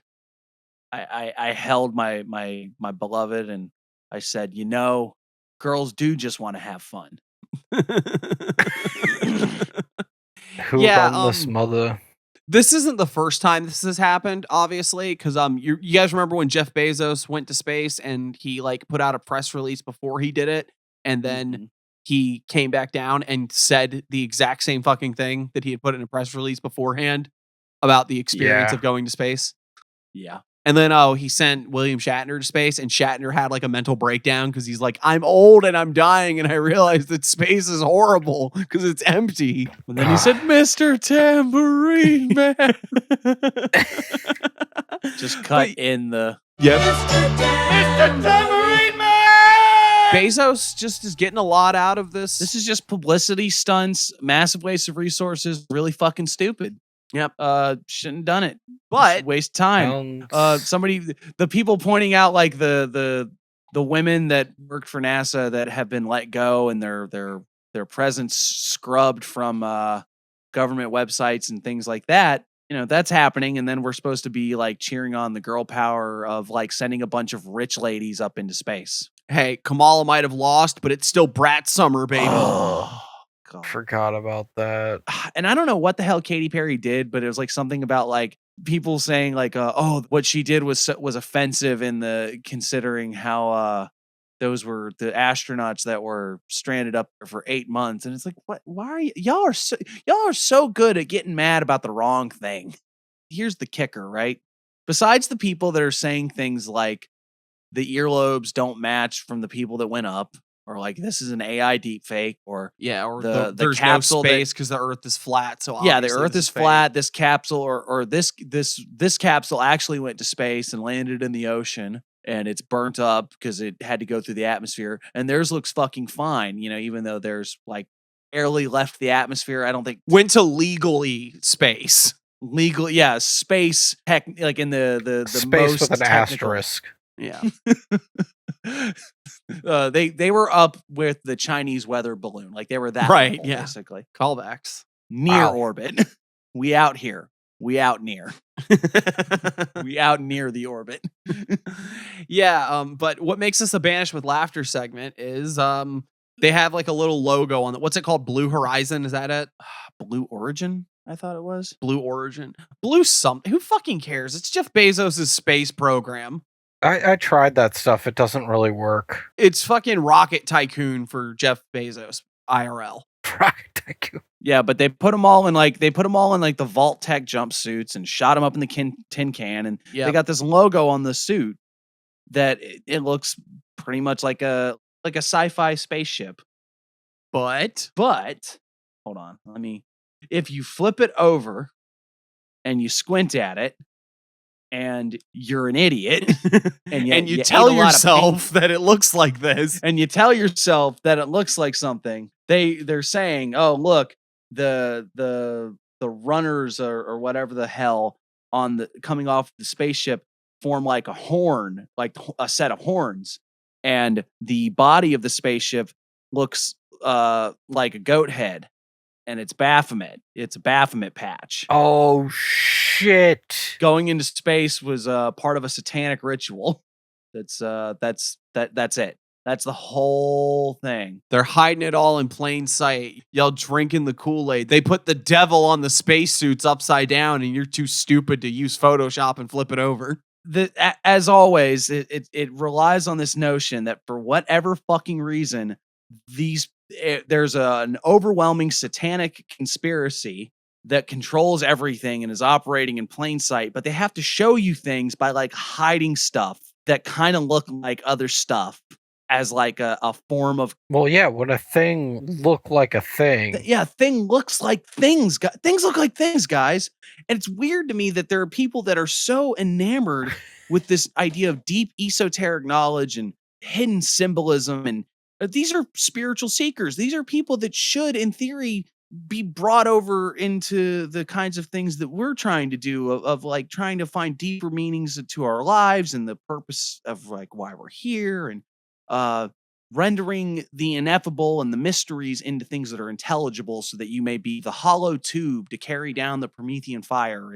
And everything I've said now, they're already like, you're a devil, you're a monster. Because what they're really enamored with is pareidolia. Yeah. No, what they're enamored with is the idea that all the bad things in the world that are happening to them all the time can be pinned on like a red devil with a pitchfork. Because they're fucking children. I've said this a billion times already. It's like these are the politics of children. The only things they understand is that there are evil people out there doing horrible things all the time. What makes people evil? I guess they're just like the devil, I guess. Yeah. You can't have any sort of understanding of why people do things. You can't have any understanding of the complexities of the political circus that we call reality. You can't have any of those sorts of things. The only thing that truly is comprehensible to them is that the people I don't like are the devil. Again, why? I need somebody to explain to me, because I remember because I was looking in the comments on one of the posts that was like, look, it's a Baphomet. And they said like they always go like they have to do this as like a form of consent. And somebody said it's like they're doing this to get like to undo their karmic blowback because they can go, oh, we told you. And it's like, why why do you think karma works like that, where you're like, oh, we told you? In the most like you put a karmic legal disclaimer where it's like, oh, we're not going to face any of the consequences of our actions because we put like a hidden message in the patch on the mission. But then everybody points it out. Here's the other thing. If everybody keeps calling it out, if crazy morons keep calling it out and saying, look, it's right there, then doesn't that undo the purpose of like hiding it? Well, not enough people believe me. No one will believe you. Well, if no one believes you, then why? Like, if it doesn't matter if anyone sees it, why do you hide it at all? Like, what is this? It's like it relies on so many levels of just stupid fucking crazy nonsense that doesn't make any sense. Yeah, it's not magic. It's not a cult. None of this is. It's lunacy. Well, it's not even consistent. It's crazy. It's weird, dumb pattern recognition. And it's the other thing too is that like I think most of the people that buy into this nonsense are probably in their day-to-day relatively sane people. You know, as much as you can be sane in 21st century Western society, I suppose. I imagine a lot of these folks, like, they see the Monster Energy and they're like, oh man, it's got the 666 on it, so I'm gonna drink a Red Bull.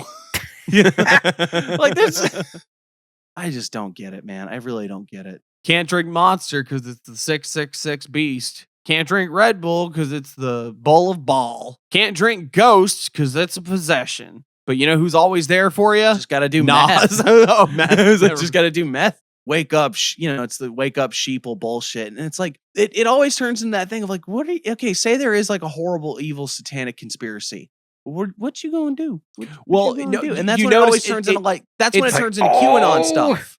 It puts the onus on the idea that all the people that disagree with me are also to blame, because the mechanism in their fucking bullshit fucking idea here is that if enough people, I guess, are aware that they're hiding the If secret everybody engine, just woke up to it, then they would be powerless and they'd have to all go home and say, "Daddy Satan." No, they found out that the Google Chrome logo is the mark of the beast. yeah. But then it always just turns into like, well, there's a big storm coming, honey. You know, that there's going to be the purge. This is the day that, Or the whoever- rapture, or Yeah, or the revelation. rapture's It's gonna- all yeah, it the is. That's all it is. They're when the just rap waiting. come back. They're saying the good boy things. That way, when Jesus or Maitreya or whatever, I don't know what they're. Who's the good guy god for the people that think that they're hiding the Baphomet in the spaceship? No, suit? these are Jesus. These are Christians. Yeah, They're yeah. like the, you know. So yeah, they're saying the good boy things. So when Jesus comes back, oh, you're gonna get it. You're gonna get it. Facebook commenter. He's gonna be mad. He's gonna be real mad that you said that I was a dummy because that's clearly not a fucking goat. I, as always, saw my parents fighting in that, so I don't know. The only thing I could say is if I get an opportunity, it makes you want to hide it. It's like you want to be the guy that hides the thing because then it'll drive so many people bonkers. Let me get I'm gonna redesign the Pepsi logo, and it's gonna have the fucking And it's gonna just be in really tiny letters. It's gonna say, "I am Satan, Satan, Satan, Satan, Satan, Satan, Satan, Satan." It's gonna say, "I am the Antichrist. I am the Antichrist. Drink your corn syrup. I am the Antichrist." Man, I think that's about all the news I really have in me at this point. Yeah, man, that's Yeah. 45 minutes of news. That's all Are you we get missing for anything? No, I think we're pretty much Nothing it. worthwhile. Even if it was, what do you got to say about it other than what's gonna top? Things look like things.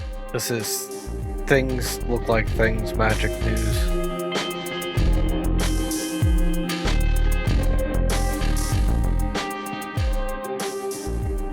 Let's get into just a little bit of what the hell remote viewing is. I mean, I'm sure most of you know it, but the concept of remote viewing is really something that evolved not nearly as much out of It's a parallel phenomena to the more spooky woo-woo stuff. There you go. It's more related to parapsychology and like psychic sort of phenomena. and I is feel the like in a idea. weird way it got much more propagated by other than like the sort of people that are going like, oh, I'm catching a vision of where a bunch of money was buried.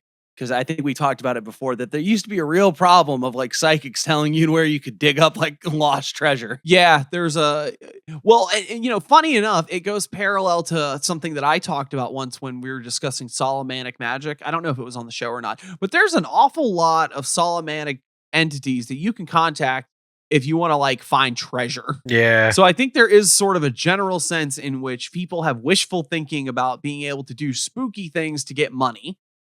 I don't see it. I've never felt that way. No, that I've never used happens. magic for money.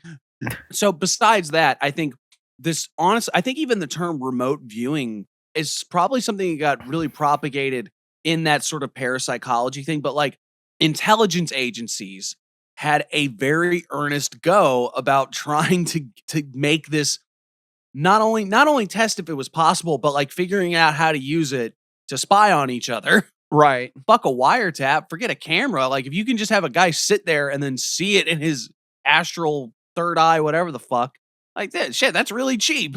Yeah. Yeah. Sammy there, we pay Sammy $20 an hour and get him a fish of a fillet of sandwich. And he's ready to go. Well, oddly enough, like most government things, the potential that it would be so useful did not make money an object, because we can say for a fact that the government gave one particular and popular project that we're going to discuss about $20 million over the course of its life, which is about like 50 million today, I think. And, that's just what we have on paper. That's not even counting everything. That's not even counting all the sandwiches, probably. That's not even counting crows. I'm sorry, I'll go. Mr. Jones and me go remote viewing. I could see the moth in the box. And I'm sorry, I just pulled up the Wikipedia because I was like, I didn't think about it where the term actually came from, but apparently Stanford Research Institute. Yeah, the people who we will be discussing in. No, but I'm just saying that term that we associate of remote viewing doesn't come out of nearly as much out of spooky woo woo quite the opposite. It was mostly them trying to distance themselves from the spooky woo-woo. Okay, we'll just go get into this. The big thing we're talking about is the Stargate project, which was a program run by it's a US Army unit, technically. Essentially, it was a project from the military paying this Stanford Research Institution, which still exists to this day under a slightly altered name. They were the Stanford Research Institute. They were formerly separated from Stanford University and became SRI International. This is the group that was given money to study this remote viewing phenomenon. The main people in charge of it are two physicists and now parapsychologists, but at the time, I'm sure they were telling themselves that they were a lot more of a physicist. But their names are Russell Targ and Harold E. Puthoff. Both of them have somewhat interesting contributions to science outside of the spooky area of remote viewing. Puthoff made the sneakers that light up when you run on them, right? He was an electrical engineer. I think that's what Oh, is this not a bit? No, it's definitely a bit. Oh, okay. Listeners, go look that up. See if I'm lying. Take the bait. These two figures were instrumental in the burgeoning science of remote viewing and its applications. They did a lot of interesting tests where they just tried to get people to be able to, do things like guess objects in a box or read off of cards, so on and so forth. Or what number am I thinking of? Overall, the actual legacy of the research is fairly questionable because obviously a lot of it, most of what we know about it comes from just a big declassified document dump on it.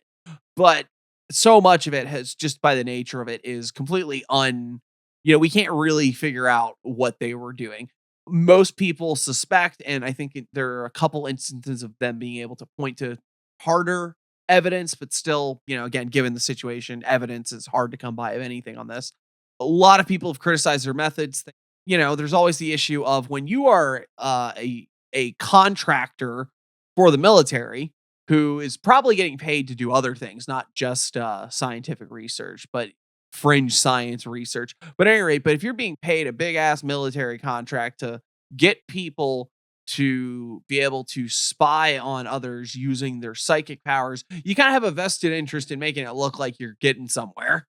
There are a couple instances of this working out and then being put into actual use. The long story short is it doesn't begin as the Stargate project. It starts as something called Scatnate, scan by coordinate. What they really wanted to do is to essentially be able to give people like coordinates on the globe and then have them be able to go and look. Say what's there. Yeah, exactly. As you mentioned earlier, this was a part of the race against the Soviets in the Cold War. Wouldn't it have just been something if it was that the Soviets program only existed to see if we could get the Americans to waste money on trying to use psychic spying methods? Wait. Are you like, wouldn't it be funny if, or is that actually what the I don't know, is? listener. Why don't you go look it up for yourself? Oh, man. At any rate, but there are some interesting, like I said, there's some interesting success cases within the documents we've seen. What it seems to imply more than anything is that, yes, this does seem to be a real phenomenon. It seems to be incredibly unreliable, but there. And No. yeah, No that's way. that's what they said. That's pretty much what the document's saying. Like, it's very I do hard. like by their own. They're being they're being honest, more honest than a lot of woo woos are. Yeah, Like, yeah, we can make this work sometimes, but it is definitely not as effective as like putting a camera there. right. But it still was effective enough that it was eventually put into operational use. Like I said, this had actual military applications for many a years because it ran from the 70s on up into 95. Oh wow. Yeah, It's a really long program. makes you wonder if they were willing to just keep putting money into something that wasn't getting them any results, or do you think, I like to think that it was probably a fucking like the Hail Mary situation. Because, like, think about it. Apparently it was used during, like, the hostage situation during the Carter administration. Really? Yeah. There's also claims that they found a missing Russian plane that had crashed, you know? Yeah, so it's fascinating to see that the government would put so much money into such a fringe area. It makes you think that it must have had application. But then again, well, let's like I mentioned before, some people have a certain interest in making sure that That gravy train don't stop. yeah. Well, we'll just say it like this. When you're in that situation, it helps to try to just keep an open mind and bring in all sorts of different types of people. You know, if someone came to you and said that they had psychic powers and you're, physicist, Russell Targ and Harold Puthoff here, you would say, all right, we'll test you, right? Mm-hmm. And that's exactly what they did when a certain beloved psychic figure to this show in particular came to work with them.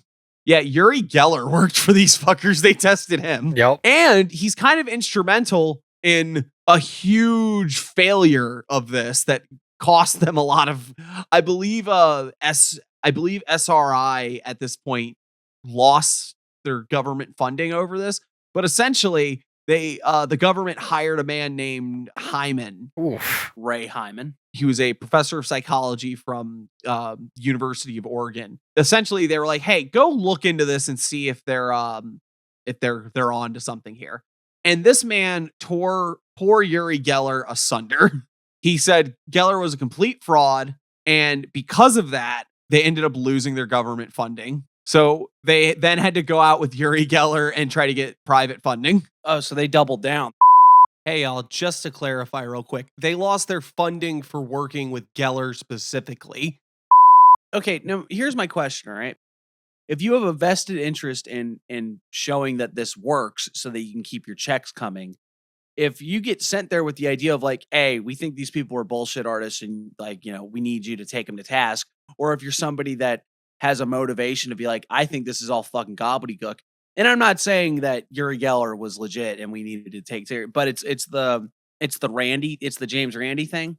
If you say give you $1 million if you can prove that psychic powers are real, you got $1 million reason not to tilt the scales in your favor. So I'm curious what the end goal was. Was this somebody who was like already going and saying, hey, I think this is a bunch of gobbledygook? Do you think this was somebody going, hey man, we gave these people a whole bunch of money and they ain't produced dick. Figure out if there's anything tangible here or if we need to just pull the plug. The CIA gets handed this in 95. The CIA eventually goes, well, hey, let's take a look in this thing. And they get, a couple people to look into it. They get Ray Hyman again. 2 decades earlier, he had just torn them apart about Uri Geller. I told you these guys were full of shit and you didn't believe me. And look who's back. Yeah. Jessica Utz, who would later go on to be a big promoter of the reality of this. Chips. Oh, that's Utz. Chips. Jesus Christ. She was a statistics person and she went off the data, I suppose, and it said that it seemed, probable that this is a real thing and that it has worked. A higher statistic than average. Hyman says that she's full of shit, obviously, which, kind of further points to your earlier assessment of him. And I only bring that up to point out that like everyone has biases, Oh, right. Everybody. Yeah. You can't get out of it. And that's not to say, oh, Ray Hyman was being unfair and biased. It's just that by nature, it's inescapable. And that's why I brought it up. And I always do like to point out the Randy thing of like, I understand entirely the motivation to point out when people are bullshit artists and that there's a lot of folks that want to do con jobs. But I think most spooky, if you're here, it's because you're a spooky woo-woo. And there are enough weird things that happen when you go down this road where it's like, okay, there's got to be, this isn't entirely nonsense. But when somebody says, I'll give you $1 million if you can prove it, they have $1 million of motivation to not properly look at evidence. Yeah. And I'm not saying that's what Hyman's doing. I'm just saying that we all have certain motivations, even if we're not fully aware of them. But it is funny that like This might even be different now. It might even been like, nah, I told them they were bullshit once. I'm gonna do it again. I gotta finish what I started. For the record, is this like where we get like the men who stare at goats? Like, is that where this shit came out of? Yes and no. It's a different adjacent program. Yeah, I was gonna say that was an offshoot of the original project run by people that were working on the project that left to go do that.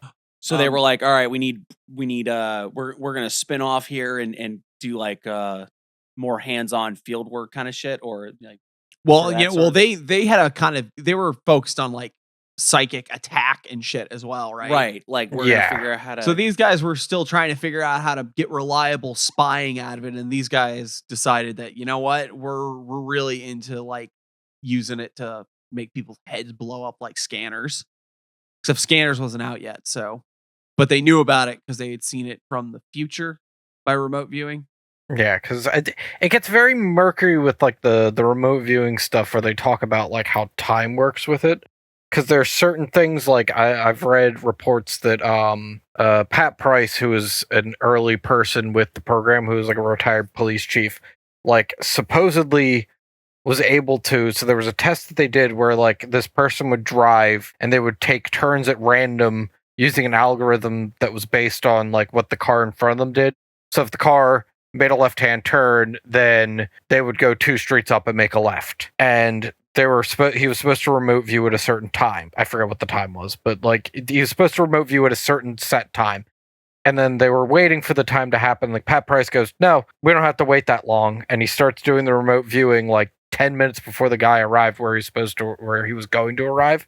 And he goes, he's at a marina and it's got this and this and this. And he describes the marina. And then 10 minutes later, the guy rides up to a marina and calls him that he's at a marina. Yeah. Hey, okay. That's a neat one. Pat Price did some crazy shit. Speaking of time, there's a test allegedly where a envelope with a piece of paper with some writing on it with a location and a time was given. The person, I think it was Price. I'm not certain. I'll have to go and look back about it, and I'll tell you who it was right here. Couldn't find it. Oh, him. And this person has a vision of a barren red wasteland and strange alien creatures who are, as he describes, past their age. They're a dying species. Very strange visions, these odd alien intelligences who are falling to pieces on this red, orange, dusty area. So they saw Mars is the idea. Like a million years ago or some shit. The name Elon Musk is coming to me. Yeah. So again, and that's where we really start to get into where I think like the spooky woo-woo crossover comes. Well, okay. Actually, Coco, you know this. Yeah. Ingo Swann. The very gay cowboy boot wearing artist who was also a psychic. Listener, please look up a photo of Ingo Swann. Do yourself that favor beforehand. But then also know that like he's the one that set up a lot of the more empirical tests on like actually studying this stuff, and like a lot of the methods that would be used to try to like cut out a lot of the background noise, because like if you're doing remote viewing, your brain's going to start just throwing images at you. Your imagination's going to start going wild, and he came up with a lot of tests to really help narrow down like what is my imagination and what am I like actually seeing. So like he did the work. He was also completely off the rocker. Oh yeah. He's not just interested in the psychic phenomena, even though he is someone that did his best. I don't know how well we could really say he did it, given we get into real dangerous territory if whenever you start trying to give scientific ideas the standard of legitimacy in spooky phenomena. That's just kind of what the point of it is. That's why it's not science. But he was committed to doing a lot of that, but he was also committed to like UFOs and visions of Jupiter. Well, that was later. Oh yeah, no, this is all later, but like I'm saying, this is where he goes. He's very Kenneth Grant. Yes, 100%.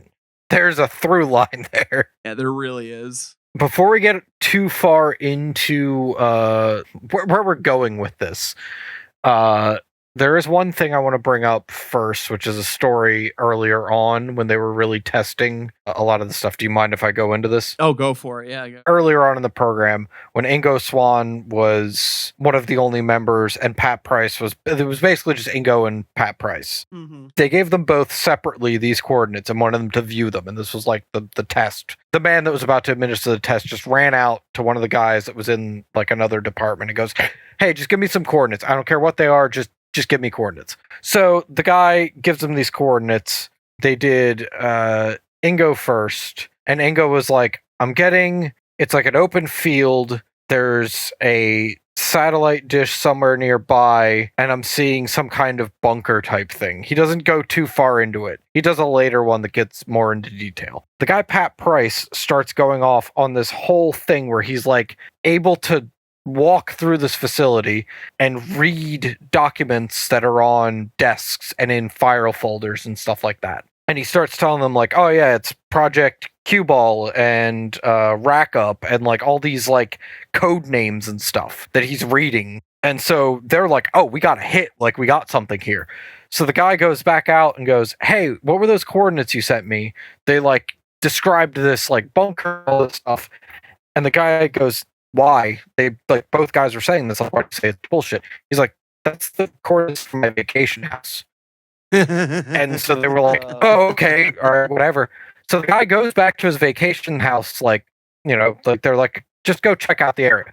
So they send him to go check out the area, and sure enough, he's like around his vacation house. He's driving around. All of a sudden, he sees this gated off area, and he's like, "Oh, what's this?" And can clearly see that it's like a government facility. There's like no trespassing signs. You can see a satellite thing up in the area. Turns out it is a very top secret NSA facility that is like high clearance. Only super high clearance people know that this place exists. So they contact the NSA and say, "Hey, so we're doing like the interdepartmental stuff." Like he's like telling them like, "Yeah, we're with this department, and like our guys saw these code names and stuff when they were in the remote viewing sessions." And then that turns into a whole interdepartmental, like, they think How they did have you a massive find this leak shit out? Yeah. because they were actual, like, top secret programs for spying. It was like listening on Russian. I do remember the story because they made it a point to even mention that they didn't get everything right, but they got fucking code names. But they got a lot right, and it was like, holy shit. They got like a couple names wrong and like some like physical features and stuff, but they pulled fucking code names and other random code shit names and like base commanders and stuff. Yeah. It's wild. Like I said, this stuff there are the spooky stories in there. But, if you believe them, I guess it's just sort of that's always like, it could just be, everybody could just be, all these fuckers could just be lying. But, right, yeah. Well, I mean, there's a reason that these fuckers got an interdepartment investigation out of it because they're like, "No, you did not remote view. You stole some shit and you're all getting court-martialed." There's a thing later that we will discuss that that kind of takes some credence Gives away you from pause. this. Yeah, exactly. So we'll go into more of the viewing of Mars and Jupiter and such. Well, that's all I had to really say about it. I think that gives you the real taste of it. But it does point to where we're going, though. Well, in an odd way, right? It's sort of that if there is the idea of, all right, when you are working with these sorts of things, you need to be able to separate what's going on in your head, what is the background noise, what is the imagination running away with you, what are the dream images that are moving through, and what are the honest to God visions? Like, how are you seeing what you're seeing, and like how do you know it's something you're seeing rather than something your brain is compiling? And in a magical context, that's a real, it's a thinker at least. I know for me, I can definitely differentiate when you're quote unquote seeing something versus when you're sitting there visualizing it. There's the line of when a visualization takes on a certain autonomy and goes in its own direction.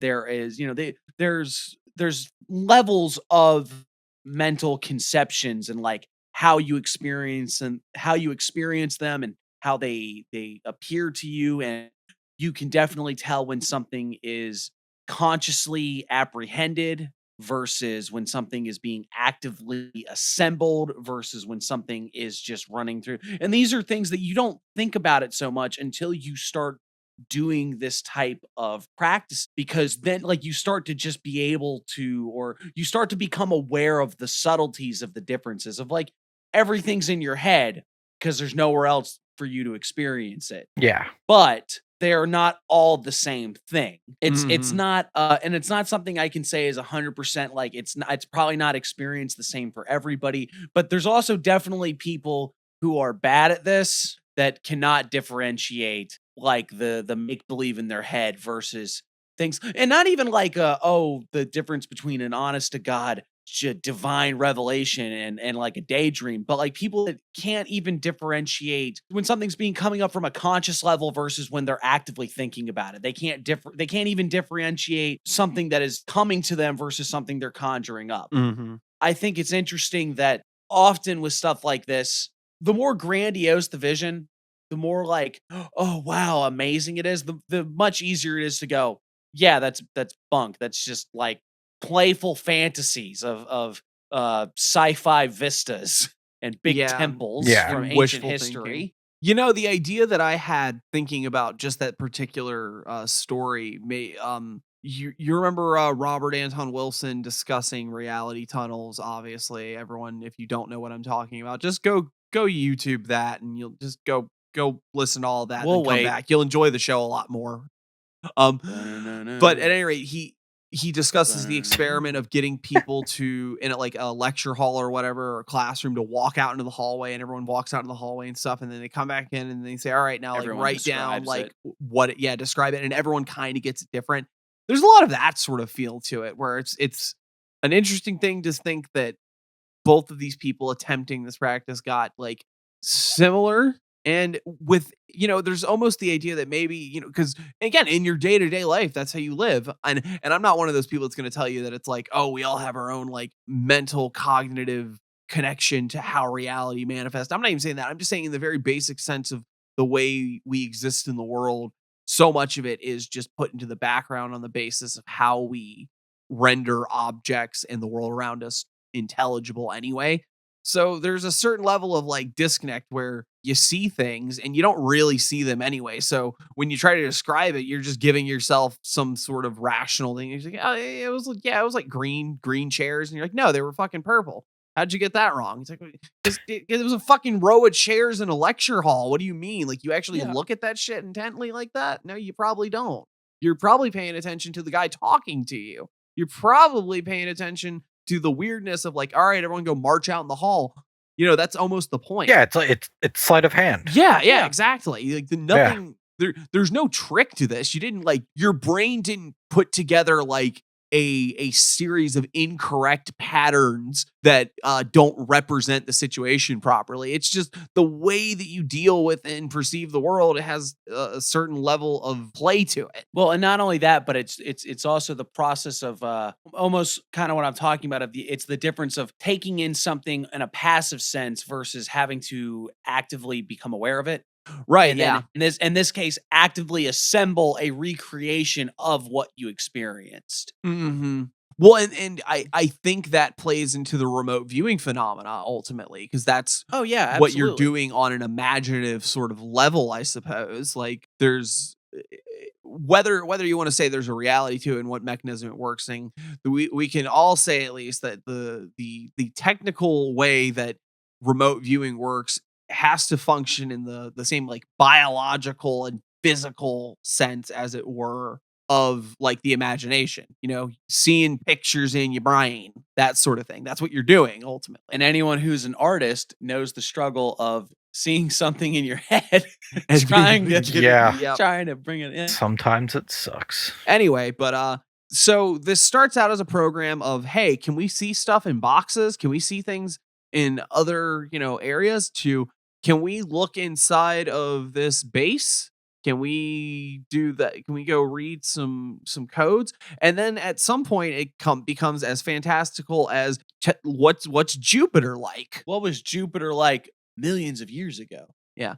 And you notice that we have an interesting trend here because we go from what is supposedly grounded in very hardcore science to sort of fringe areas that eventually lead to aliens. Nah. Insert ancient aliens meme, right? Yeah. So I'm gonna say something here. Ingo Swann, obviously. Harold Puthoff, and Pat Price. Coco, what do all these people have in common aside from the fact that they worked on the Stargate project? Silly names. I don't know if you guys have heard of this. It's a kind of a small time thing. It's not really super known by a lot of people, but it's Scientology. Yeah, they were all hardcore Scientologists. Yeah, they were Damn all... it, Jack. God damn it, Jack. No. Which, if you, dear listeners, know anything about Scientology and like the deeper stuff that they get into, makes a lot of this go,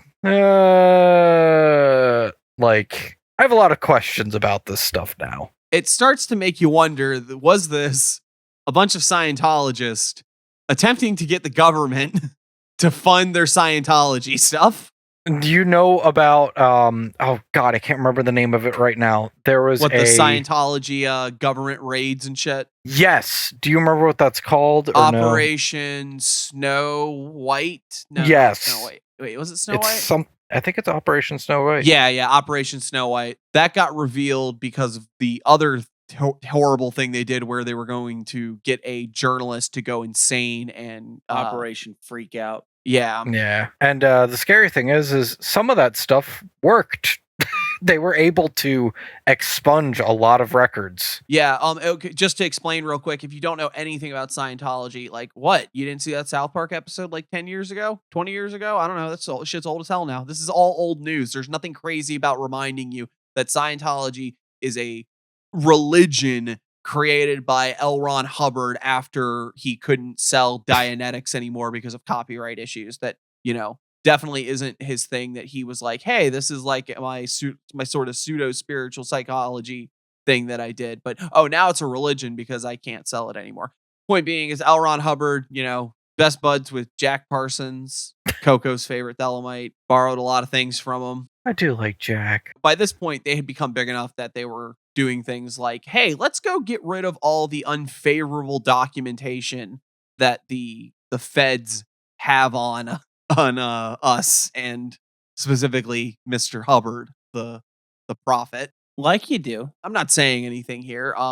Puthoff left the church in the 70s, I think. Yes. So like while this is going on, but there's plenty of people that get out of Scientology as an organization that still completely buy into the ideas. Well, and Scientology notably has like the secret of Scientology and the space opera or whatever the hell it's called is like very sci-fi mystical, There's like, alien souls infesting the planet and stuff like that and infesting your body and blah, blah, blah. So the idea of them getting caught up in alien psychobabble because they're doing like spooky woo remote viewing psychic stuff, it's like it all goes together.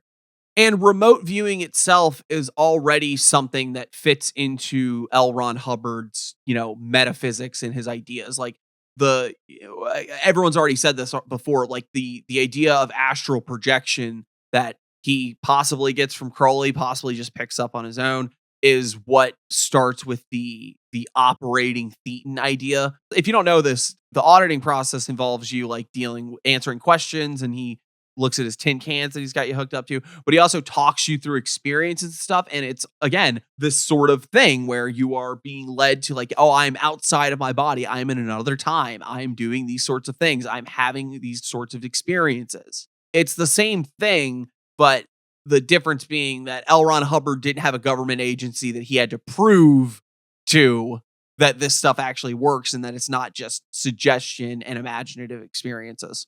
Yeah. But what we're saying is that now multiple people associated with this project were active members of the church.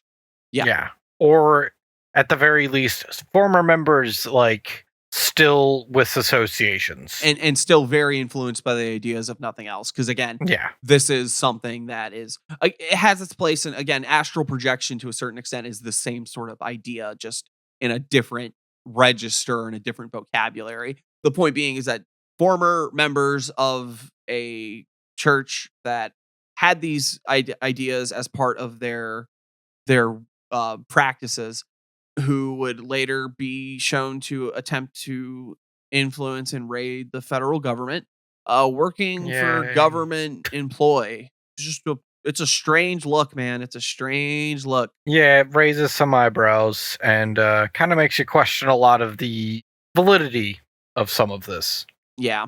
Especially when it's Scientologists checking the work of other Scientologists. Right, yeah. You know who wasn't a Scientologist? Fucking Heyman. Yeah. He was a suppressive person, so. Oh, That's about all I have to say about it at this point. I could tell you Yeah. a little bit about my experiences with trying to do it, but there's nothing crazy. You know, I just saw some people and I saw some stuff and I went and like looked and I confirmed some of it and I was completely wrong about other some of it. I just don't think it's very important. what Yeah. ultimately got the project shut down? Just over time, they were like, didn't. By Wait, Royce. 95, it hadn't given the government basically anything that they could be incontrovertibly valuable, you know? And when it got passed off to the CIA and they became responsible for, you know, its runnings, they were basically like, we're pretty sure we're shutting this down. Let's get someone to look at it. And then they, you know. Uncle Ronnie was very instrumental in like cutting things down to basically nothing. Which is surprising because he was super into astrology and His stuff. his fondness of astrology. But don't forget, he also had to like suppress a lot of that in order to make all the hardcore conservatives very happy. Oh, right. Okay. Also, I mean, you know, Clinton was president by the time it got shut down. Yeah. But like I'm saying, like Ronald Reagan was like, that was the period where it was like really starting to go downhill, and then it just finally, the like Petered out. withered corpse was dead. By 95, it's like we're not using it for anything. It's just kind of Yeah. here. All the people we had mentioned by that point are gone, I think. Yeah, they have all gone off to found the Monroe Institute by this point. Ah, yes, yeah, the Monroe Which is Institute. its own separate thing. Wait. And the Monroe Institute they made like the Gateway tapes, right? Yeah. Yeah, that's where all that came from. Oh, okay. That was actually a lot of Ingo Swan's work, was working on exactly a lot of that stuff. I'm with it now. Okay, great.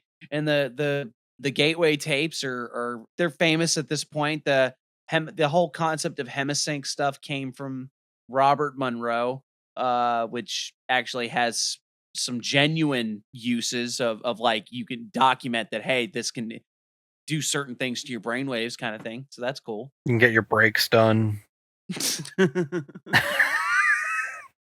I'm sorry, I can't help myself.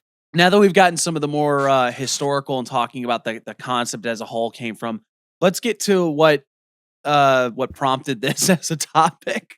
I found his Facebook page called the Future Forecasting Group, and apparently they're also big on the whole remote viewing concept. They've got like almost 100,000 followers. They're doing quite well for themselves. Besides the fact that well, you know what? It's probably, and I'm not going to do that thing where we got to like cut in clips of the videos, but I just want you guys to get a little bit of a taste of what this technology or what these secret techniques are being used for.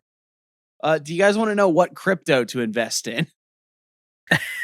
You know I do. Only all the time, Dad. Please. Also, they're doing things like using remote viewing to make predictions on like what the price of gold is going to be like and what crypto coins are going to be big. Man. But don't worry, there's also crazy stuff. Like remote viewer says what he saw on Mars, saying Zelensky's going to step down. Like that was one of the predictions. And it's kind of funny because it's like, as we already established the notion of like the remote viewing is not beholden to the same constraints of time that we would have. So but basically what that turns into is like you can just see whatever you want. See back into the past, see into the future, see over here. You can see whatever you want. You can imagine a world where remote coin that you put your life savings into is now worth $1 billion trillion, and you sell one of them, you buy that big old mansion that you always wanted, you get you a Brazilian wife or something, you have a great time. You can do that. It ain't gonna fucking happen though, because it's not real. It's called having a daydream, you fuck. It's funny that the remote viewing is, at least in this instance, is still very much tied up in the same kind of like, all right, here's the thing about aliens. But then it's also like, I did a remote viewing and I'm going to tell you what really happened during the JFK assassination. And then it's like this particular AI company is going to be really close to cracking quantum computing or something like that. Here's the one that got me interested in the first place. It was a video on the U.S. energy grid and how they're going to use Saturnine technology, so alien tech from Saturn, as a means to upgrade the U.S. power grid, which I really hope happens. Finally, our power grid is really in trouble here in the U.S. We need to do better. Jesus Christ! But I guess it says something that like what do people use? What do we always come back to? It's like crazy out of pocket, earth shattering things that never happen because nothing ever happens. It might as well be the same QAnon thing of like they're gonna purge, they're gonna drain the swamp finally or something like that. The storm's coming. Yeah, and then like almost get rich quick schemes. I mean, I'm surprised that there wasn't one going like, how do I use remote viewing to get a girlfriend? You know what I mean? Like that's the only one missing. That's the only one missing. Or if it's just like remote viewing for the lotto numbers. It's just a guy sitting there going 7, 15, 12. I guess to go back to the thing, right? That's so much of like the occult online experience to begin with is seeing people talking about very high-minded and crazy and sometimes earth-shatteringly brilliant things, even occasionally, if you're real fucking lucky. Right next to people asking the dumbest fucking things you've ever heard in the fucking world, and then suggesting that they did things that are clearly not fucking happening, saying things that will clearly never be true. It's just, absolute fucking just schlock most of the time. Yep. So, it doesn't surprise me that the remote viewing group is basically like, hey, buy this crypto coin because I had a fucking vision. It's not surprising. That's no different than the fucking guy. I talked to Hecate, and Hecate told me that the age of female liberation is coming upon us, and we just have to hold on. It's like, it's all the same kind of shit. It's just spooky shit. Someone told me some spooky shit, or I saw some spooky shit in my head. And, what am I going to do with it? What am I going to do with the intense, brilliant knowledge of fascinating powers that I've conjured through these practices, through this work? Buy the dip. It's coming. You know what I mean? Like, okay. Invest in silver. It's stable. Yeah, legit. That was one of the videos. Okay, here's one that I just came across where, also these guys love the Kabbalion apparently. So, tells me everything I need to know about them. But here's the title. Are the pyramids built with frequencies? What? Anybody want to tell me what that means? What? Are the pyramids built with frequencies? Like, used to construct them, or are they made of frequencies? Or were they made with frequencies? Or both? I don't do they possess a frequency? What's the frequency, Kenneth? I'm so is that actually a grammatically correct sentence, you think? I don't know, man. Buffalo, buffaloes. Yeah, I guess you're right there, but still, like, I don't feel like that's right. I feel like that's missing something. Like, I think for that sentence to actually be saying something, you need another word there. I just don't know. I just don't get it. What happens when an ancient UFO wakes up? So space arc. That's what it says. Yeah. So it really does seem to alternate between. And here's the thing: what I want to know. It's the same thing I always want to know. How much of this is buy the dip as like, and like follow give us money for this or whatever, and we'll tell you where to put your money because we got remote viewing psychic powers. And how much of this is we're nutter butters? How much of this is people like, how much of this is grift, and how much of this is like people sitting there alone in their room and going, oh my God, I see the ancient Martian civilization. I have to tell the people. I have to tell them. I've seen what happened to Mars. Quick, invest in gold.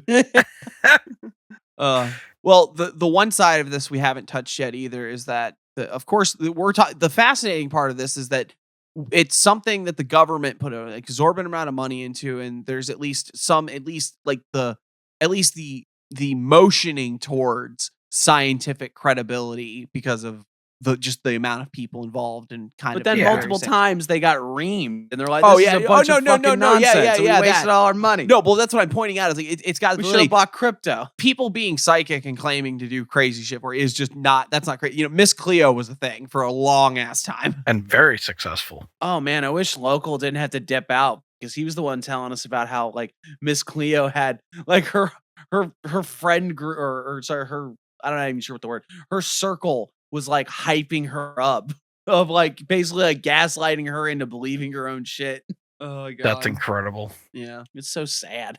Well, it's probably what was happening here too. It's probably Pat and Ingo and put off just being like, yeah, man, we're doing it. We're gonna be OT8. God damn it, Jack. Yes, anding themselves. Well, that's all we got on remote viewing then. What do we learn from all this, guys? Well, I learned what was going to happen in this segment because I had before used my remote viewing powers to see how it would go. And I was right. It was terrible.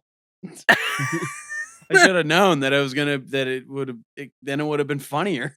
Like I said, I think it's always been an interesting area. And if whether you believe it or whether you don't, I think that the government's analysis of remote viewing as a phenomena, whether optimistic scientists or just complete schlock, is probably the most accurate. It's something that I think if you deal with it enough, it's pretty easy to make a case for that there's some level of this phenomena that exists in the world.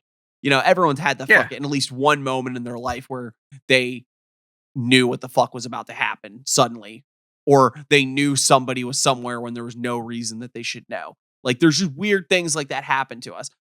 And I think the fact that they were like, yeah, it's like completely unreliable and we don't really know how to use it properly I think that's accurate too. It's like, I think it's a weird thing that if you practice that, you can get kind of good, but I think still being kind of good is not like good enough. You can't be a good enough psychic to be able to like, you know what I mean? Like, you're not getting out of any of the real problems of the world. You're not changing geopolitics with your remote viewing powers. I always think about that. It's an excerpt from one of William S. Burroughs' works, right? It's like CIA, some intelligence agents. The guy brings in like a witch doctor type from another culture. Like, he gets it's like a sorcerer, and he says like, he's the thing's like the thing is like the guy is like old as hell, and it's like because it took years and years to get good at this, but he can like kill people without being traced. And then his boss's response is like 60, 70 years to make one guy. It's like, I can train somebody in an afternoon with poisons and hidden devices and stuff to spy and kill whoever we want. This thing, get this thing out of here. We don't need it. It's so much easier to do the direct things. Oh yeah. That's kind of what I think about remote viewing, especially now. Well, it's the Christopher Hyatt thing, man. It's sometimes doing magic it's harder. It's a lot harder to do magic than just get off your ass and go get the loaf of bread. Yeah. Why would why do you need to remote view anything in a world where we have drones? Yeah, well, this is definitely not making a comeback, is all I'm saying. Except among people who want you to buy a grift coin. People who want you to subscribe to like a $5 a month Patreon. I'm going to use my remote viewing to figure out where you are if you don't sign up for the Patreon. Oh boy. I see you in there making that sandwich in the great state of Maryland. Now I know you're lying. There's nothing great about Maryland. Oh, I live there. I can say it. I do think it's like I said, I thought it was funny hearing all of that and being like, oh man, these guys are really keeping the tradition alive in that they're spouting out hokey nonsense about like ancient space civilizations. Yeah, I was gonna say it's a very interesting and compelling story for a while when you're like learning about it and you're like, wow, there's actually some really cool stuff here. And there is, like, granted. Oh yeah. But then like once it starts getting into and then they were looking at civilizations on Jupiter, and I'm like, all right, and then they were just like, wait, we can innovate here. Let's talk a little bit about like emerging technologies and crypto. Great. Now we got something. Now we got something. 100K. Maybe we 100K viewers. Maybe we could pull some more followers if we just started doing like tarot spreads for the market. Grift. If we just did stupid stuff for idiot people. People love that. People love idiot, stupid shit for morons. Let's talk about Katy Perry Baphomet Patch. I'm sure there's some crossover amongst those people too. Oh, I'm sure. I bet they're probably all doing the. You know what? I think they're the same guy. I think they're all one person. It's all one account. Mom said it's my turn with the remote viewer. All right. Okay. And with that, we're on to the palate cleanser. How goes the work? And with how long this episode has gone, let's just keep it brief. I did a working for Lent this year. I didn't eat any candy. I invoked my holy guardian angel every day, and I've done a mass weekly. It's been good. I will talk more about it when it's over. Easter's tomorrow, so it'll be over. But so next episode, you can get some fun stuff. Yay. Cool. What about you, Coco? What have you been doing? I'm in a weird holding pattern with a lot of my practice stuff. Just kind of been doing like the daily stuff. I'm trying to focus a lot more on, frankly, honing my drawing skills and getting better with that, and diving into some personal stuff that I really can't get into on the podcast, but that's been going really well. And that's like about the only practice I've really been doing other than like, you can talk about our couples therapy. It's okay. I'm sorry. Get back in the kitchen. I've told you this. Not while I'm working. Not on the podcast. Okay. Well, that's cool though. No, but it's been going good. And I've been thoroughly enjoying life apart from work. You can't have everything. Nah. Where would you put it? Local, how have you been doing? Dope. Good to hear, man. Co-host, how about you? You kind of mentioned what you were doing earlier. Oh, I shot a man in Reno just to watch him die. Yeah, I'm on one. No, I did. I'm fucking on one, bro. No, I did. My whole like Lent long working actually ended yesterday on Good Friday. Not because I was intending for it to end, but because I got told, "Hey, you did it. You're done." It was an abyssal working. I'm now Babylon's super special boy, and I'm better than everyone. Those were the things that I got told, and I will be explaining to all of you how everything you know is wrong.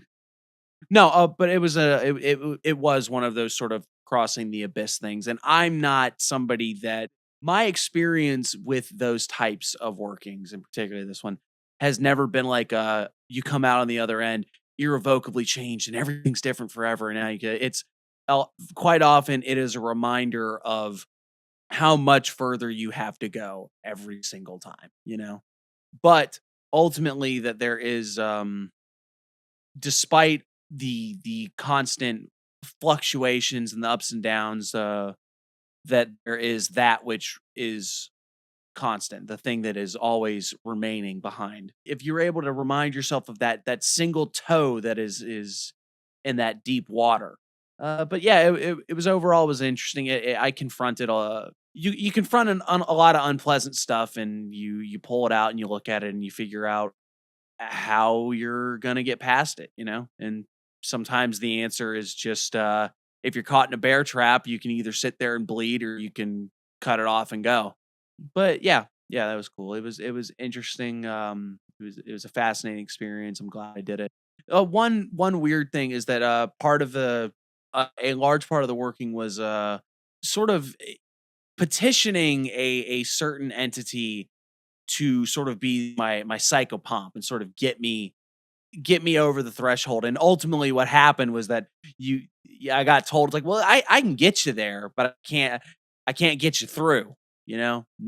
Like nobody can do that. You know, you can't ask it. It's like I can get you, I can get you to the line and the rest is on you. And that was kind of an interesting experience of getting told, like, hey, can't help you, bro. It made me think of this line from the Western Elsewhere. So now I'm 2 for 2 on Burroughs quotes, where it was talking to Osiris, and it's like, "Can you give us immortality?" And he says, "I can give you an extension, maybe, get you to the first checkpoint. After that, you're on your own." But yeah, that was so yeah, it was cool. It was I'm still in the wake of it, but it was an exceptionally powerful experience last night. It wasn't like something wild happened and I'm just sort of flabbergasted. Otherwise, I wouldn't be talking about it. But I've had there was a sort of an almost gradualness to the process where when the big cathartic release came last night, it was really powerful. But I've managed to pull myself together and not be a complete gibbering idiot. But yeah, that's me. That was cool. Hell yeah, man. Hell yeah. Well, with that, this has been Chaos Magic News, the only podcast that is just going all in on silver. It's very stable. 30 get 30 pieces of silver by this Easter. Make sure to sign up for the Patreon though first. Give us the $5.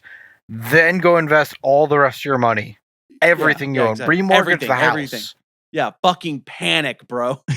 well, sell your pants to invest in silver. Well, if you don't manage to sell your computer, you can still check us out at chaosmagicnews.com, where we have articles, links to the pod, links to our fabulous interview series that's coming back in a big way in the next coming month or so. And if you check us out on the social medias, you can find like a meme, a little giggle, free of charge. A whole free chuckle? A whole free chuckle. Just at Chaos Magic News. Like this one, it said that says they tried to bury us, but they didn't see the gas line. There you go. And if you listen to all of so this, fucking stupid. I'm sorry. And if you listen to this whole episode and just thought, God, those guys, I could maybe listen to a whole another hour of them talking about something completely unrelated. I just wish that another episode would come quicker. You could find bonus content on our Patreon. Just go to patreon.com/chaosmagicnews. $5 a month gets you so many things. So countless episodes. You can check out our Occult Iceberg series, where we become increasingly angry about knowing things on the lower tiers. And you get to support the objectively best podcast in the occult today. And if that's really not enough for you, we'll even read your name right here, right now. This part of the episode, that's what we do. We're reading your name. You can't stop us. You already gave us the money. Thank you, Liz. Thank you, Cios93. Thank you, Pope Loki Satyr the 23rd LLC. Thank you, Obsplek. Thank you, Coco. Thank you, Alexander. Thank you, Acolyte 1 of the Ice Magic Meditation Society. Thank you, Curse T. Thank you, Fyodor Krasny. Thank you, Venus Christ. Thank you, Tent Athena. Thank you, Bearded Vegan. Thank you, Tremov. Thank you, Tangy Darling. Thank you, DD Destruction. Thank you, Toziel Obscurus. Thank you, Lavender Ghost. Thank you, Tommy Kelly. Thank you, Clodvis. Thank you, Cyrenix Flux. Thank you, Eric the Wizard. Thank you, Marcio Mendoza. Thank you, Archaic. Thank you, Michael Lamara. And thank you to the local family. If you don't want us to read your name, tough $10. Another $5. No, but honestly, again, everyone that does support us, whether you're paying on the Patreon or if you're just sharing it around, telling your friends, telling your loved ones, screaming at random strangers on the street, we appreciate all of it. It's a constant reminder of how, despite in a world filled with absolute insanity, whether it's people telling you to buy gold because they had a vision of Mars, or sending pop singers into space with hidden symbols on them, that there are some wonderful people out there that support the ridiculous nonsense we get into on this show. So thank you very much. And with that, co-host, you can get the last word. Ipsos. It's a word. All right, everybody. Thank you so much for listening. We will see you next time. Bye. Bye, everyone.